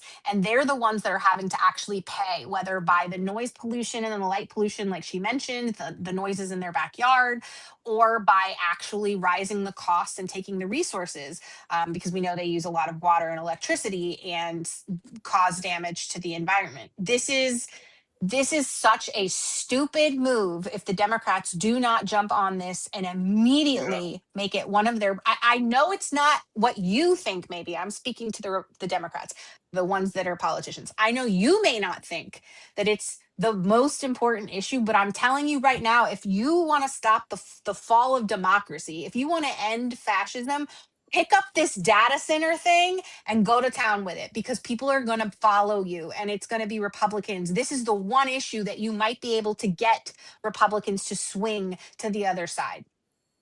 Josh Shapiro in Pennsylvania is doing the same thing. These companies are spending billions of dollars, you guys, on influencers, paying influencers to push, AI is great. And what are I was wondering, what are the influencers saying? Like, oh, we love the sound? Like, it's the future. They're it's really inevitable. trying to. They're pushing lies basically, because they're really they used the ones that I've women. seen. Yeah. Who was the one that did that? That was Reese Witherspoon. Reese Witherspoon. Right? And then the other person, there was 2 of them. And they were both talking about how women don't want to get left. Oh, Demi Moore. Women don't want to get left behind from this industry. Like, you should really pursue it. You should be a part of the AI revolution. I missed that one. Yeah, it was like a couple months ago. It's giving crypto.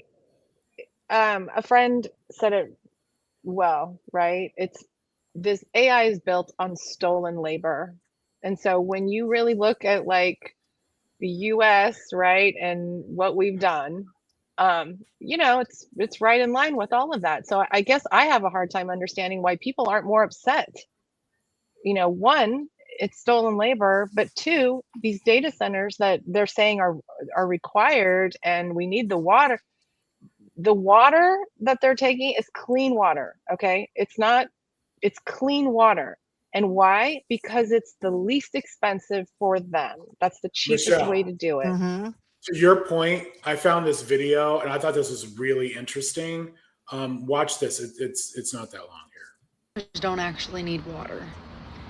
They need cooling systems, and they're using water because it's the cheapest way to do it. Yeah, data centers, they generate like a shitload of heat, and if the heat's not removed somehow, the servers will overheat and it all stops working. So when people are hearing like AI is consuming millions of gallons of water, we're all just assuming it's like this unavoidable part of the technology, but that's actually not true. And it almost is like worse. They don't need water. They're just doing this for no fucking reason because it's the cheapest option. They need cooling. There are alternatives, and I've wrote a few of them down. There's immersion cooling systems. They can literally submerge servers in a specifically designed synthetic fluid that absorbs heat. There's dielectric coolants that can circulate through equipment without conducting electricity. There's closed loop cooling systems that recycle coolant instead of constantly consuming fresh water. Dry cooling systems that use the air instead of evaporation. I don't know, I could pay people to blow on them to cool them off before wasting our water. They can buy more. They can buy more systems. Companies can even build that cost money. Data centers in colder climates to reduce cooling demands in the first place. So we need politicians to give us solutions. Like they should be talking about, I don't know. I feel like AI is not going to just go away, but the data center, like I can separate the two of them for a second. The data center, if you're giving them tax breaks, if they're not having to give back to the electric grid, if they're not going to use these solutions that this person's talking about with cooling, you should be talking about that if you're a politician. These are things that need more oxygen, and it's problematic. And like I said, it's both sides of the aisle that do not want this. Well, y'all know how I feel about it. Well, I know how you feel about it. I don't think Yeah. I've seen an issue outside of JD Vance where people are so unified against Yes. it. Like, right? Like it's like Yeah. data centers, JD Vance. I don't know. They kind of go back and forth, but those are the two things that I feel like people have sort of decided. I will not have this in my backyard. Like I will not. And it's weird to me because I get it. Capitalism is a bitch. Like, and it's a whole thing, but it's the amount of look the other way that's happening, or like the complete like disregard for how much animus there is against this, is some of the wildest stuff I've ever seen, because it's so clearly evident, and has been, by the way, for a while. So I'm telling you now, we're past the point of like nuance. We're well past that. We're into like people are ready to like knock on your door if you're a politician. Like they're ready to protest in the streets. Like you thought There were no some kids towns was a that big deal. fired their city council. Right. Because they were, not, so I mean, that's how aggressive people. And here's the reason. The sound is really, so you have the water situation, which is a little more long term. Like that's not something you may notice right away, that it's actually making water toxic and it's using our water. The electricity, you may realize, wait, my bill is going up. What's going on? They're using all this electricity, so it's making my bill go up. But the sound is immediate. Do you hear that noise in the background? That's the sound of a hyperscale data center here in Dowagiac, Michigan. I'm Emma Brott with 16 News Now. Now today I've been talking to residents who are telling me just how loud this place is. Right now there's a class action lawsuit alleging that these loud noises are affecting 1,300 residents within a 1-mile radius of this hyperscale data center. A resident living just across the street from this data center tells me he's bought a decibel reader just to see how loud it is on an average day. Right there, it's going between 61 and 64 decibels without us talking. That resident tells me it's been affecting his wife's health and also his pregnant neighbor's health as well, giving her headaches if she stays outside too long just because of how loud it is. This is some girl in her bathroom, okay? It sounds like a fan outside of her window when her window opens. She's in her bathroom. So, and one more here. Listen to this. Listen to this video. Imagine living next to this and having to hear this constant ringing. So Hari, we're at your front door. Yeah. And I mean, you look in the distance, and there it is. There it is. It's right there. The Vantage Data Center, standing tall with its blue walls and massive generators right next to this Sterling, Virginia neighborhood. What did you think when they first turned it on? Well, we were told in the beginning that it's just they test the generators to make sure they're working in case of an emergency. That is what we were told in the beginning. And then as the year and the months have gone on, They just never turned off? They're just never turned off. The massive data center was never hooked up to the power grid, so the generators are the only source of electricity. You just hear this noise, it's just like, you just want to curse, you know, it's that bad. Our concern is property values. Unless we can mitigate this, and we're talking about lawyers with options of what we can do and all that, you know, we know that we're not going to get the values for our homes that we could have gotten before. It's about more than money, it's quality of life. One neighbor here even put plexiglass up against the window to block the noise. And they have their own sound meters to monitor the noise. This is a dashboard that some of my neighbors set up. Virginia is the data center epicenter of the world. There are hundreds of them, consuming more than 25% of the state's power, driving up electric bills. They're pretty much inevitable with the way we use technology these days, arguably becoming essential infrastructure. The neighbors here don't disagree, and they don't hate all data centers, but think they shouldn't be so close to neighborhoods. What would you say to people in other parts of the country where they hear, oh, a data center's considering coming? Do everything in your power to try to stop it from being built in an area that has any residential properties within, 10 to 15 miles of it. So I did some research. You guys probably already know this, but I didn't.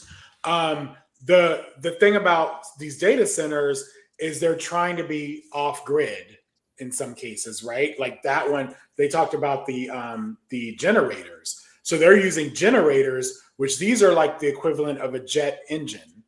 And so they're not actually using electricity. So then Trump and others are saying, oh, they're not going to be on the electric grid, so they're not going to affect your electric prices. So you're thinking, oh, okay.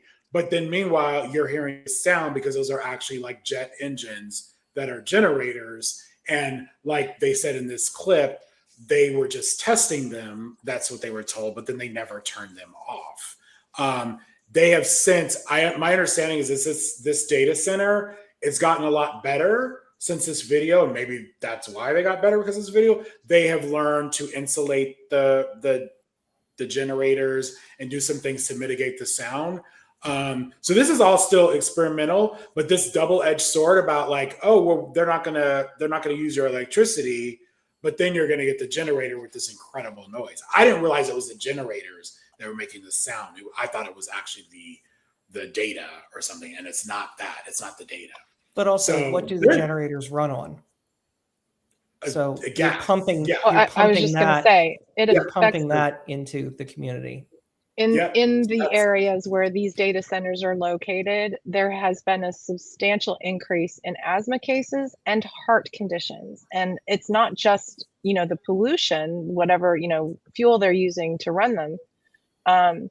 But the heart condition aspect of it apparently has been linked to the noise pollution. So it's creating mental stress for folks. It's causing issues for pregnant, women who are pregnant. They're even starting to find that there's issues with some of these pregnancies, right? Like it's not just the mom who's being affected, but the fetus is also being affected. So it's really concerning. And I don't think people realize, it's not just, it's not just happening in these, we're seeing this that you're showing us here, Chris, but like in a lot of the red states, the communities that are being impacted by this are Black and brown communities, right? And so they are putting them in area because they try to put them in predominantly white areas, and those folks have the resources to push back. So what do? They move to an area where people don't have the resources and don't have, maybe legislators who are going to help them fight. So it's just awful all the way around. And please, my advice to folks, get involved in your local communities, get involved in your local government. Look up those weekly, I don't know, ours is weekly, the community meetings, your board meetings. Look it up, look what's on the agenda, and go. If it talks anything about electric infrastructure, power infrastructure, that's a red flag. So be aware. It's not just, we're going to talk about putting in a data center. It starts usually with the power companies wanting to build their infrastructure, and it kind of starts there, right? So we have folks in the New York Times just did an article where folks were literally losing like a third of their property, and beautiful area in Georgia. And now these folks go into their backyard, and there's these giant power poles, right, that are just like hovering It's over their also homes. a cancerous electromagnetic Yeah, waves. absolutely. Are very dangerous. Absolutely. And so, they're using eminent domain because they're considering it, it's power infrastructure. But that power infrastructure is for the data centers. So don't let them fool you. It's not because you need it. It's because the powerful want it. So, yeah. Okay, so before we move on to the best of the week, let's do one more little Trump clip that kind of came to, we realize this, the days are running together. I feel like this just came out yesterday, this realization, but watch this clip. Ozempic, I think, or one of them. And so this first part of the clip was from back in January, I believe. I told him it wasn't working. It was for him. It didn't work. And he brought up a good point. It didn't work. I told him, he knows who I'm talking about. He's going crazy. He begs me not to mention. He's not talking about me, ladies and gentlemen. So Trump is talking about somebody being on Ozempic, but he's really talking about himself. Like he's acting like he's talking about somebody else. It's not our great vice president. This fat fuck has been taking an experimental weight loss drug that no one else has access to. And so that's what came out yesterday was he's getting an experimental drug. And remember, he's in this horrible declining health situation. Everyone's been predicting, oh, Trump's got another month. He's got whatever. That's why I keep saying you can't predict this because he has access to the best healthcare money can buy. And he also is the president of the United States. And so he's getting experimental treatments that we could not get. In an attempt to keep his sleep apnea, pulmonary hypertension, and congestive heart failure from killing him sooner. I'm a physical therapist with a doctorate in my field and 14 years experience working in home health care, treating geriatric patients, many with sleep apnea, heart failure, pulmonary hypertension, all the bullshit that he has. Lizzie Lawrence from Stat News has learned that Eli Lilly and the FDA have allowed one person to gain access to the drug. Retatrutide is its name, through the FDA's Compassionate Use Program, a pathway that gives patients with serious and immediately life-threatening medical issues access to experimental treatments. Let me make sure you caught that. They're letting him use it because the patient has serious and immediately life-threatening medical issues. A senior clinician at the National Institutes of Health requested the drug to treat the patient for refractory obesity with obstructive sleep apnea and pulmonary hypertension, a severe version of the disease. Lawrence reached out to the White House for comment before publication. They said no comment. After publication, they said, it's not President Trump. That's how we know. It's fucking President Trump. Let me be clear. You are not looking at a classic sleep apnea patient. His sleep apnea and pulmonary hypertension is a result of his congestive heart failure. His heart is in such bad shape that it has resulted in systemic disease upstream from his heart, which is why you have the swelling in the feet and ankles. Many heart failure patients cannot lie flat on their back and sleep because their internal organs push up against their diaphragm and they cannot take a deep enough breath to actually go to sleep and remain asleep. And you know how sometimes he's giving these long ass speeches and you could hear him gasping for air? Like that was the case of the G7. That's that.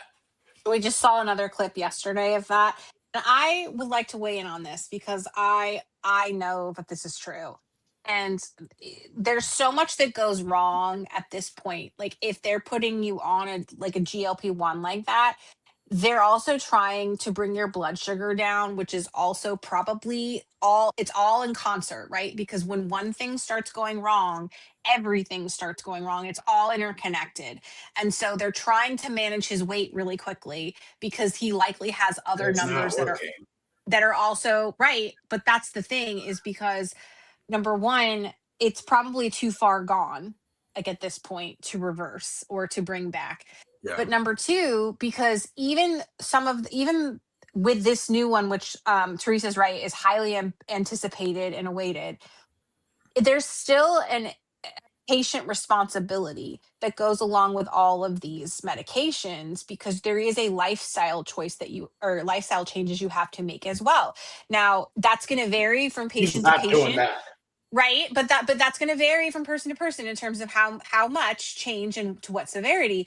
But we know that this is a man who does not like being told what to do, that has not responded previously and made the changes necessary. He is a narcissist. So again, things don't apply to him that apply to other people. He thinks he's going to live longer. And he's just now having like that reckoning, because we've seen a couple times where he's acknowledged it on Air Force One bathroom interviews, where he basically says like, oh, like the end is near. And that's because people in his team, I believe, are doing everything they can, including putting the fear of God into him, to get him to take this medication, to do the things that are necessary, the therapies, to eat a certain way, to be a certain way. And he's not doing it. He's just not doing it. So this is the one solace you may have, is that even though he has access to all the best treatments and protocols and doctors, is that there's still that part of him that may not cooperate. Even though he wants to live forever, even though he's really motivated by that, there's still a part of him that doesn't have the discipline and doesn't have the humility to follow through with this. I think he's got a lot wrong with him based on those ankles and based on what we know. And I didn't know about sleep apnea, but that does not surprise me in the slightest, and I would have expected that. Which is also why he's probably falling asleep, because he's not sleeping. He falls asleep during meetings. He's probably not wearing his mask. It would not surprise me, as somebody who had to start wearing one because my mom, like I put it off for the longest time. My mom and my brother both have it, and it's structural. So that's like where it's inherited, because your nose is shaped a certain way or whatever. And so the ENT tells you need to go get this test done. And then if you're like me, you put it off a long time. Don't do that. Just go get it done. But it means that you then have to strap up to something every night. I look like an underwater sea diver, and it's very ridiculous. It's not easy, because in the sense that you have to take it places, it changes your life. Like, you have to change your life, and you have to start cleaning it and doing all the things. And of course he has people that would do that, but it's still like how do you say? I doubt he's wearing that, Casey. No, that's because it not only is it ridiculous, but it's also a commentary on your, you are not perfect at that point. Something is wrong with you. Like, you are very clearly needing this. It's an admission of your flaws, a very visual admission of your what's the word that I'm looking for when you have to confront the fact that you can't live forever? It's a reminder that he is not this infinite being, that he's going to die someday, that there's something wrong with his body. And I guarantee you he doesn't want to do it. But it would 100% help with the sleeping in the day. It would help with that. But this also tells me that I don't think he's wearing it, and that doesn't surprise me at all. The hubris of this man. That I think is important too is the constant reminders of his mortality. And I think if you add that to his dementia, there we have his, obsession with remaking DC in his image and putting his name all over every fucking thing. So here we are. It's exhausting. It's just this is one of the least surprising parts about all of this, like, right? That he has that. Oh, the best of. Here we are. So this is the segment of our live where we like to end. Well, do you want to do the call to action before we do this, or do you want to do? Oh, sure. We could talk. Go ahead, Kate. We could talk about that. The call to action. Yeah. This is, Let's do the call to action. Well, did I have a graphic for that? I don't think I loaded it. I forgot to send it to you again. My bad. Oh, okay. So every week we're going to do a call to action where we tell you what you should do. We're also going to talk about coming distractions, which are the things that the administration and Congress and people are up to next week, so that you can have some homework to do. And then we will also end on a positive note of talking about the best things that we saw this week. So for call to action, I think like what Michelle already said is really important. And Chris mentioned this earlier too, which is the voting, registering to vote. If everybody could just like go home and research their city council person, right? Like figure out who that person is, know them, know when the elections are, like go look up the next meeting and maybe tell a friend. That would be huge if everybody could do that. Above and beyond would be like signing up to register people to vote. Like that's also something you could be doing, is trying to get people registered. But those are two things that I would recommend, because those and are the thing about the reason why registration, I think we have to constantly remind people about this, because Trump and Republicans are trying so hard to make it difficult for people to vote. So you can't take it for granted that the voter rolls haven't been purged. They're trying to get the data. You've been hearing about this. Like we won't, the USPS will not cooperate with ballots unless we receive the voter rolls or the data and all that shit. So it's like we're under a constant assault. So even though you're registered, like in California, Michelle and I live in California, you don't have to re-register all the time. And we're not really known for purging data, voter rolls. But you still can't take it for granted. And also, so I haven't had to register. Our young folks are when they go get their driver's license, right? They get to sign up early too. So I think we take that for granted sometimes, that everyone's doing that. So folks need to. Yeah. Do we have a little visitor somewhere? Knock on doors. I feel like we have a little mouse. Somebody's got a hamster. I switched to the best of the week. Let's talk about coming attractions before we move on to the promise I'm gonna get a cuter like little fill in. It's but we okay. I don't mind. What we want to do in theory is make sure that people, like as they're coming to watch the recording, people can kind of fast forward. So if you miss a live, you could come back and theoretically find like what segment you want to watch. And so that these would be here for people to find later on. And so this is just like what's going like on. A bookmark. Right, a bookmark, exactly. So this is like what we're seeing. And I just said distractions. I understand that things aren't just distractions. Y'all just like use the pun, okay? Like let's just use the pun. It's all good. Use the pun for what we need to be focusing on next week. And I would say tomorrow specifically for this, because I think that this is going to be huge. And I think also whenever we have these kind of trending things where somebody's this is testifying before Congress or they're being questioned in committee, go to Twitter specifically, but also if you can get on, any platform and talk about it, that's super helpful, especially if you are lambasting Republicans, which you should be doing. I mean, and there's things we talk about every week. Like I'm sure we'll be talking about the war still, because I mean, it's over. Oh no, it's not. And we agreed to this, and we're giving $300 billion. I mean, so these are things like there's a lot we didn't talk about today that we could have talked about. But this is tomorrow. This is specifically. I didn't look up the time. My bad. But it's tomorrow. I'm sure probably 11 or something like that. Do you know, Chris Quinn? You oftentimes know these things. Like I don't in particular. All right. Well, we'll figure it out. All right. That's maybe the So first time in the history of our live that we have come to Chris Quinn and he did not have the answer. I'm telling you. Like, I'm sorry, I've let you down. usually he has it's the answer fine, it had before to you ask the happen. question. Yeah, Okay, it so had to happen. best of the week. Since you brought up Chris, why don't you go first and tell us your best of the week? And you have should we show the video first, or do you want to say? I'll just say, so I am a pessimist by nature and usually see the absolute worst in everything, and that's my superpower. But my cold dead heart has brightened a little bit by watching all the people coming over for the World Cup and seeing the United States through their eyes, and just the unbridled joy in silly things like the size of a Costco frozen pizza. Like just the stupid, silly little things, really? but that they're just so happy about and having such a good time. So this gentleman was in Boston and had taken the Amtrak down to Philadelphia, and so I'm outside Philadelphia, so it's close to my heart. And even in my profile is I'm a fan of cheesesteaks. So his goal was to get a Philly cheesesteak.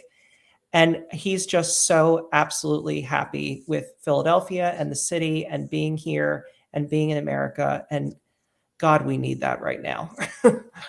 So here's your video that you sent over. Let's watch. From Philadelphia, I made it to Philly after 6.5 hours on the Amtrak drive from Boston to Pennsylvania. I'm looking for my first proper Philly cheesesteak. I'm so excited. I'm so looking forward to it. The station's absolutely immense. It's fantastic. It's a bit like Grand Central Station in New York, to be fair. It's pretty palatial, so I'm so excited. Cheers. It's nice to see it from he got his cheesesteak at a good place, not Pat's and Gino's. Yes. Dear God, if you ever come to Philadelphia, do not go to Pat's and Gino's. There's my warning. Okay. You know what? Since we're talking about the World Cup, what's really funny, because I live in Los Angeles, and our weather's been pretty mild. It's been like in the 70s, high 70s, maybe 80. And every day I look at my weather, it's been saying excessive heat warning. And I've asked a couple of people, I've been like, why is it 70 something degrees and they're saying excessive heat warning?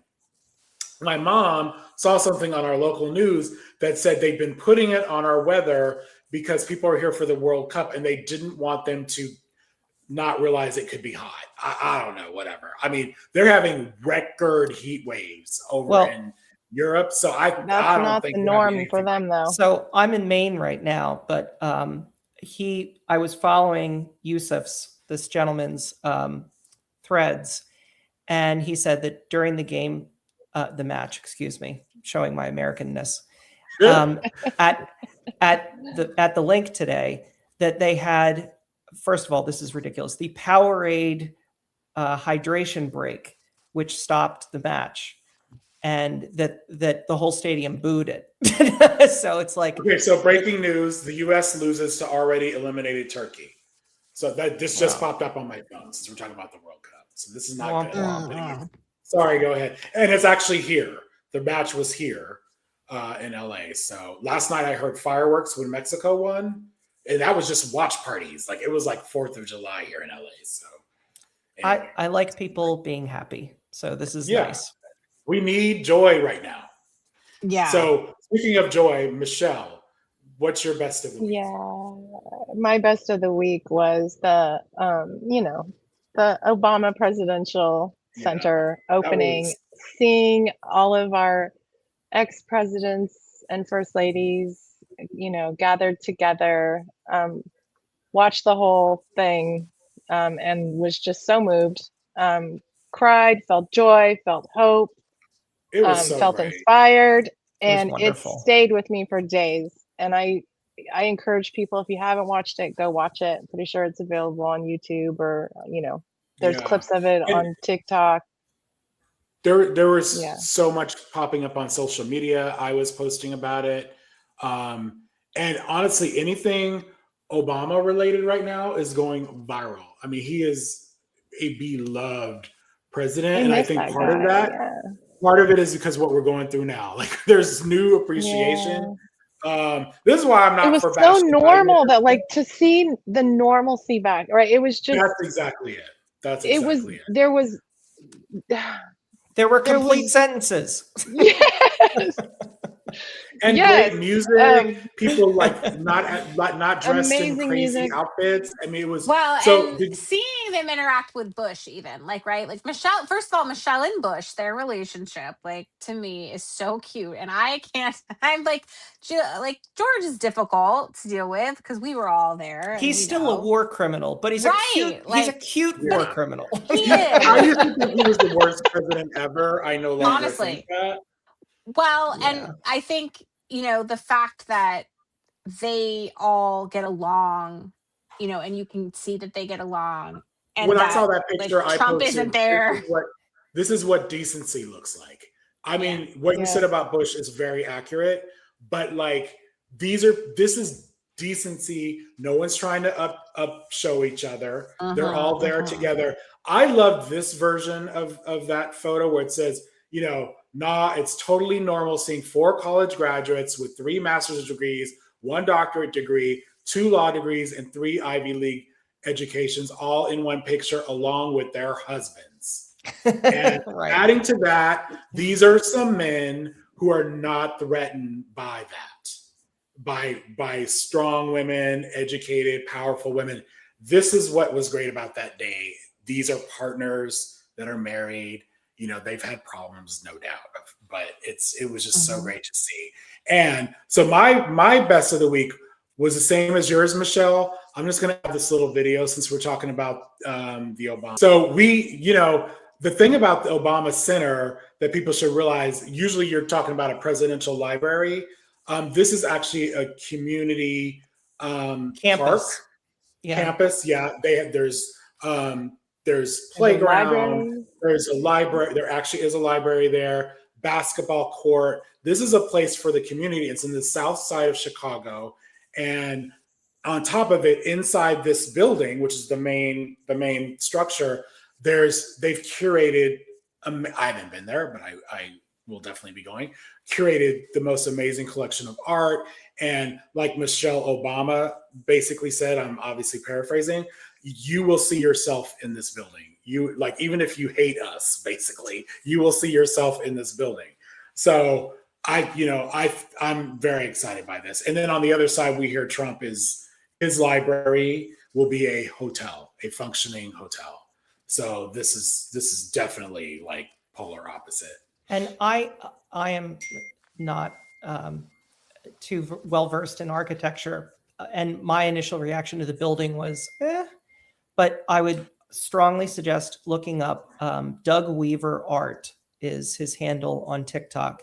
He did a really masterful video breaking down the brutalist inspired architecture. I thought it was brutalist also, but technically, because it looks like cement. Because it's not. It's kind of he explains it exquisitely well, and then afterwards you go, "This is wonderful." But I like brutalist.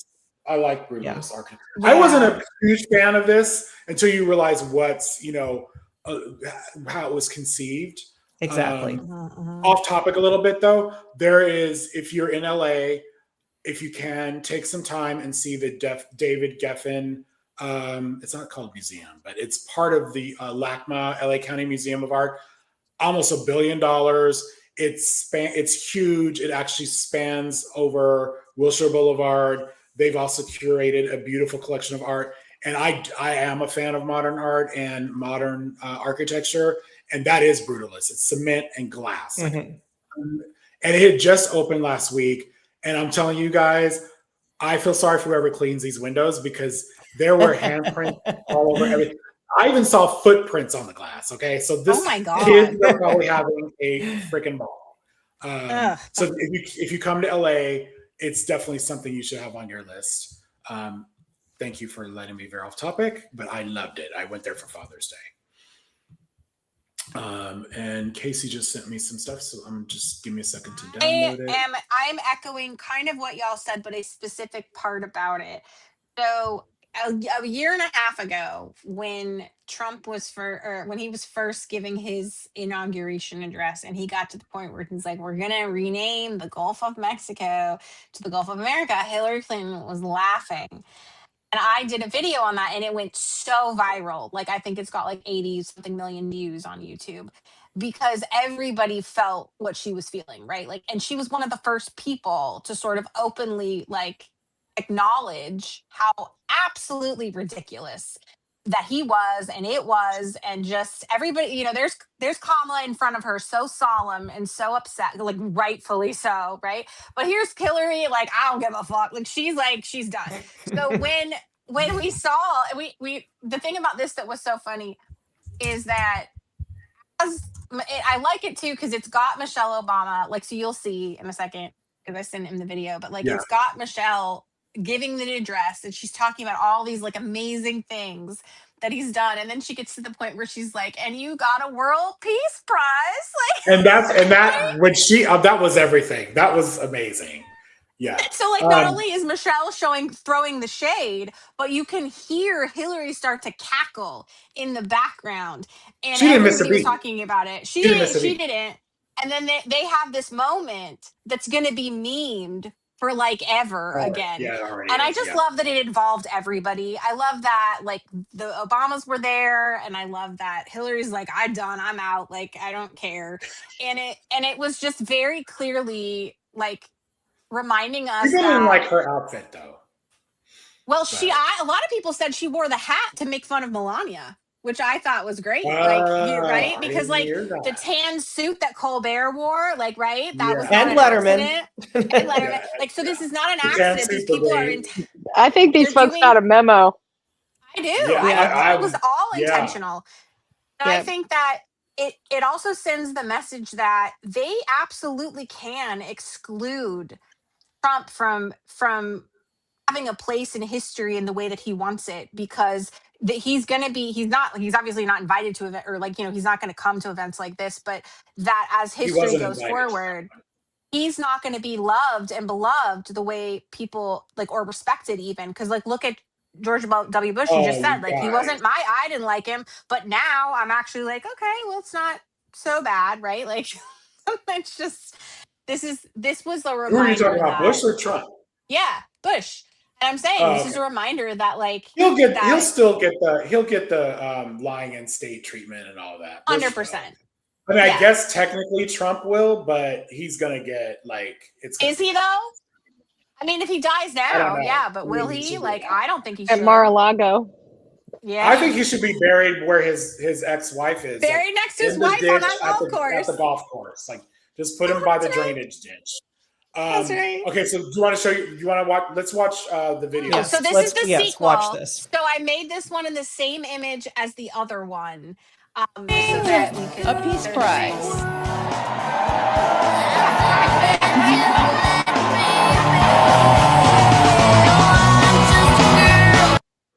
Her laugh was so loud. And the side whisper. Yeah. She's like, a Peace Prize. He actually got a Peace Prize. She'd explain it to Bill. Yeah. Okay, here's what happened. Well, he was asleep for part of the time. I'm pretty sure they took an edible before they got there. Like that, I'm not 100% convinced that didn't happen. And you know what? I wouldn't take an edible because I would want to soak up all of that. Like when I showed it to I would my take an husband, edible for something Trump did. He didn't know what was going on, and he saw that, and he's like, "Wait, is that Hillary under that hat?" I was like, "Yeah," and he's like, "She looks like drunk or high," and he's like, "Good for her!" Like, it was so funny. Like, good for her. Yeah. So anyway, like I also feel like just as a closeout to the live, and not everybody likes Hillary, and I get that. Like, she's polarizing, whatever. But let us all maybe take her resolve and her ability, because she lost in a big way, and because like, look where we are. And she has managed to not only like stay in politics, but like she's raised money, she's done things like, she's made money off of merch, like with the Butter emails, and like using the things that like Can I add something to done.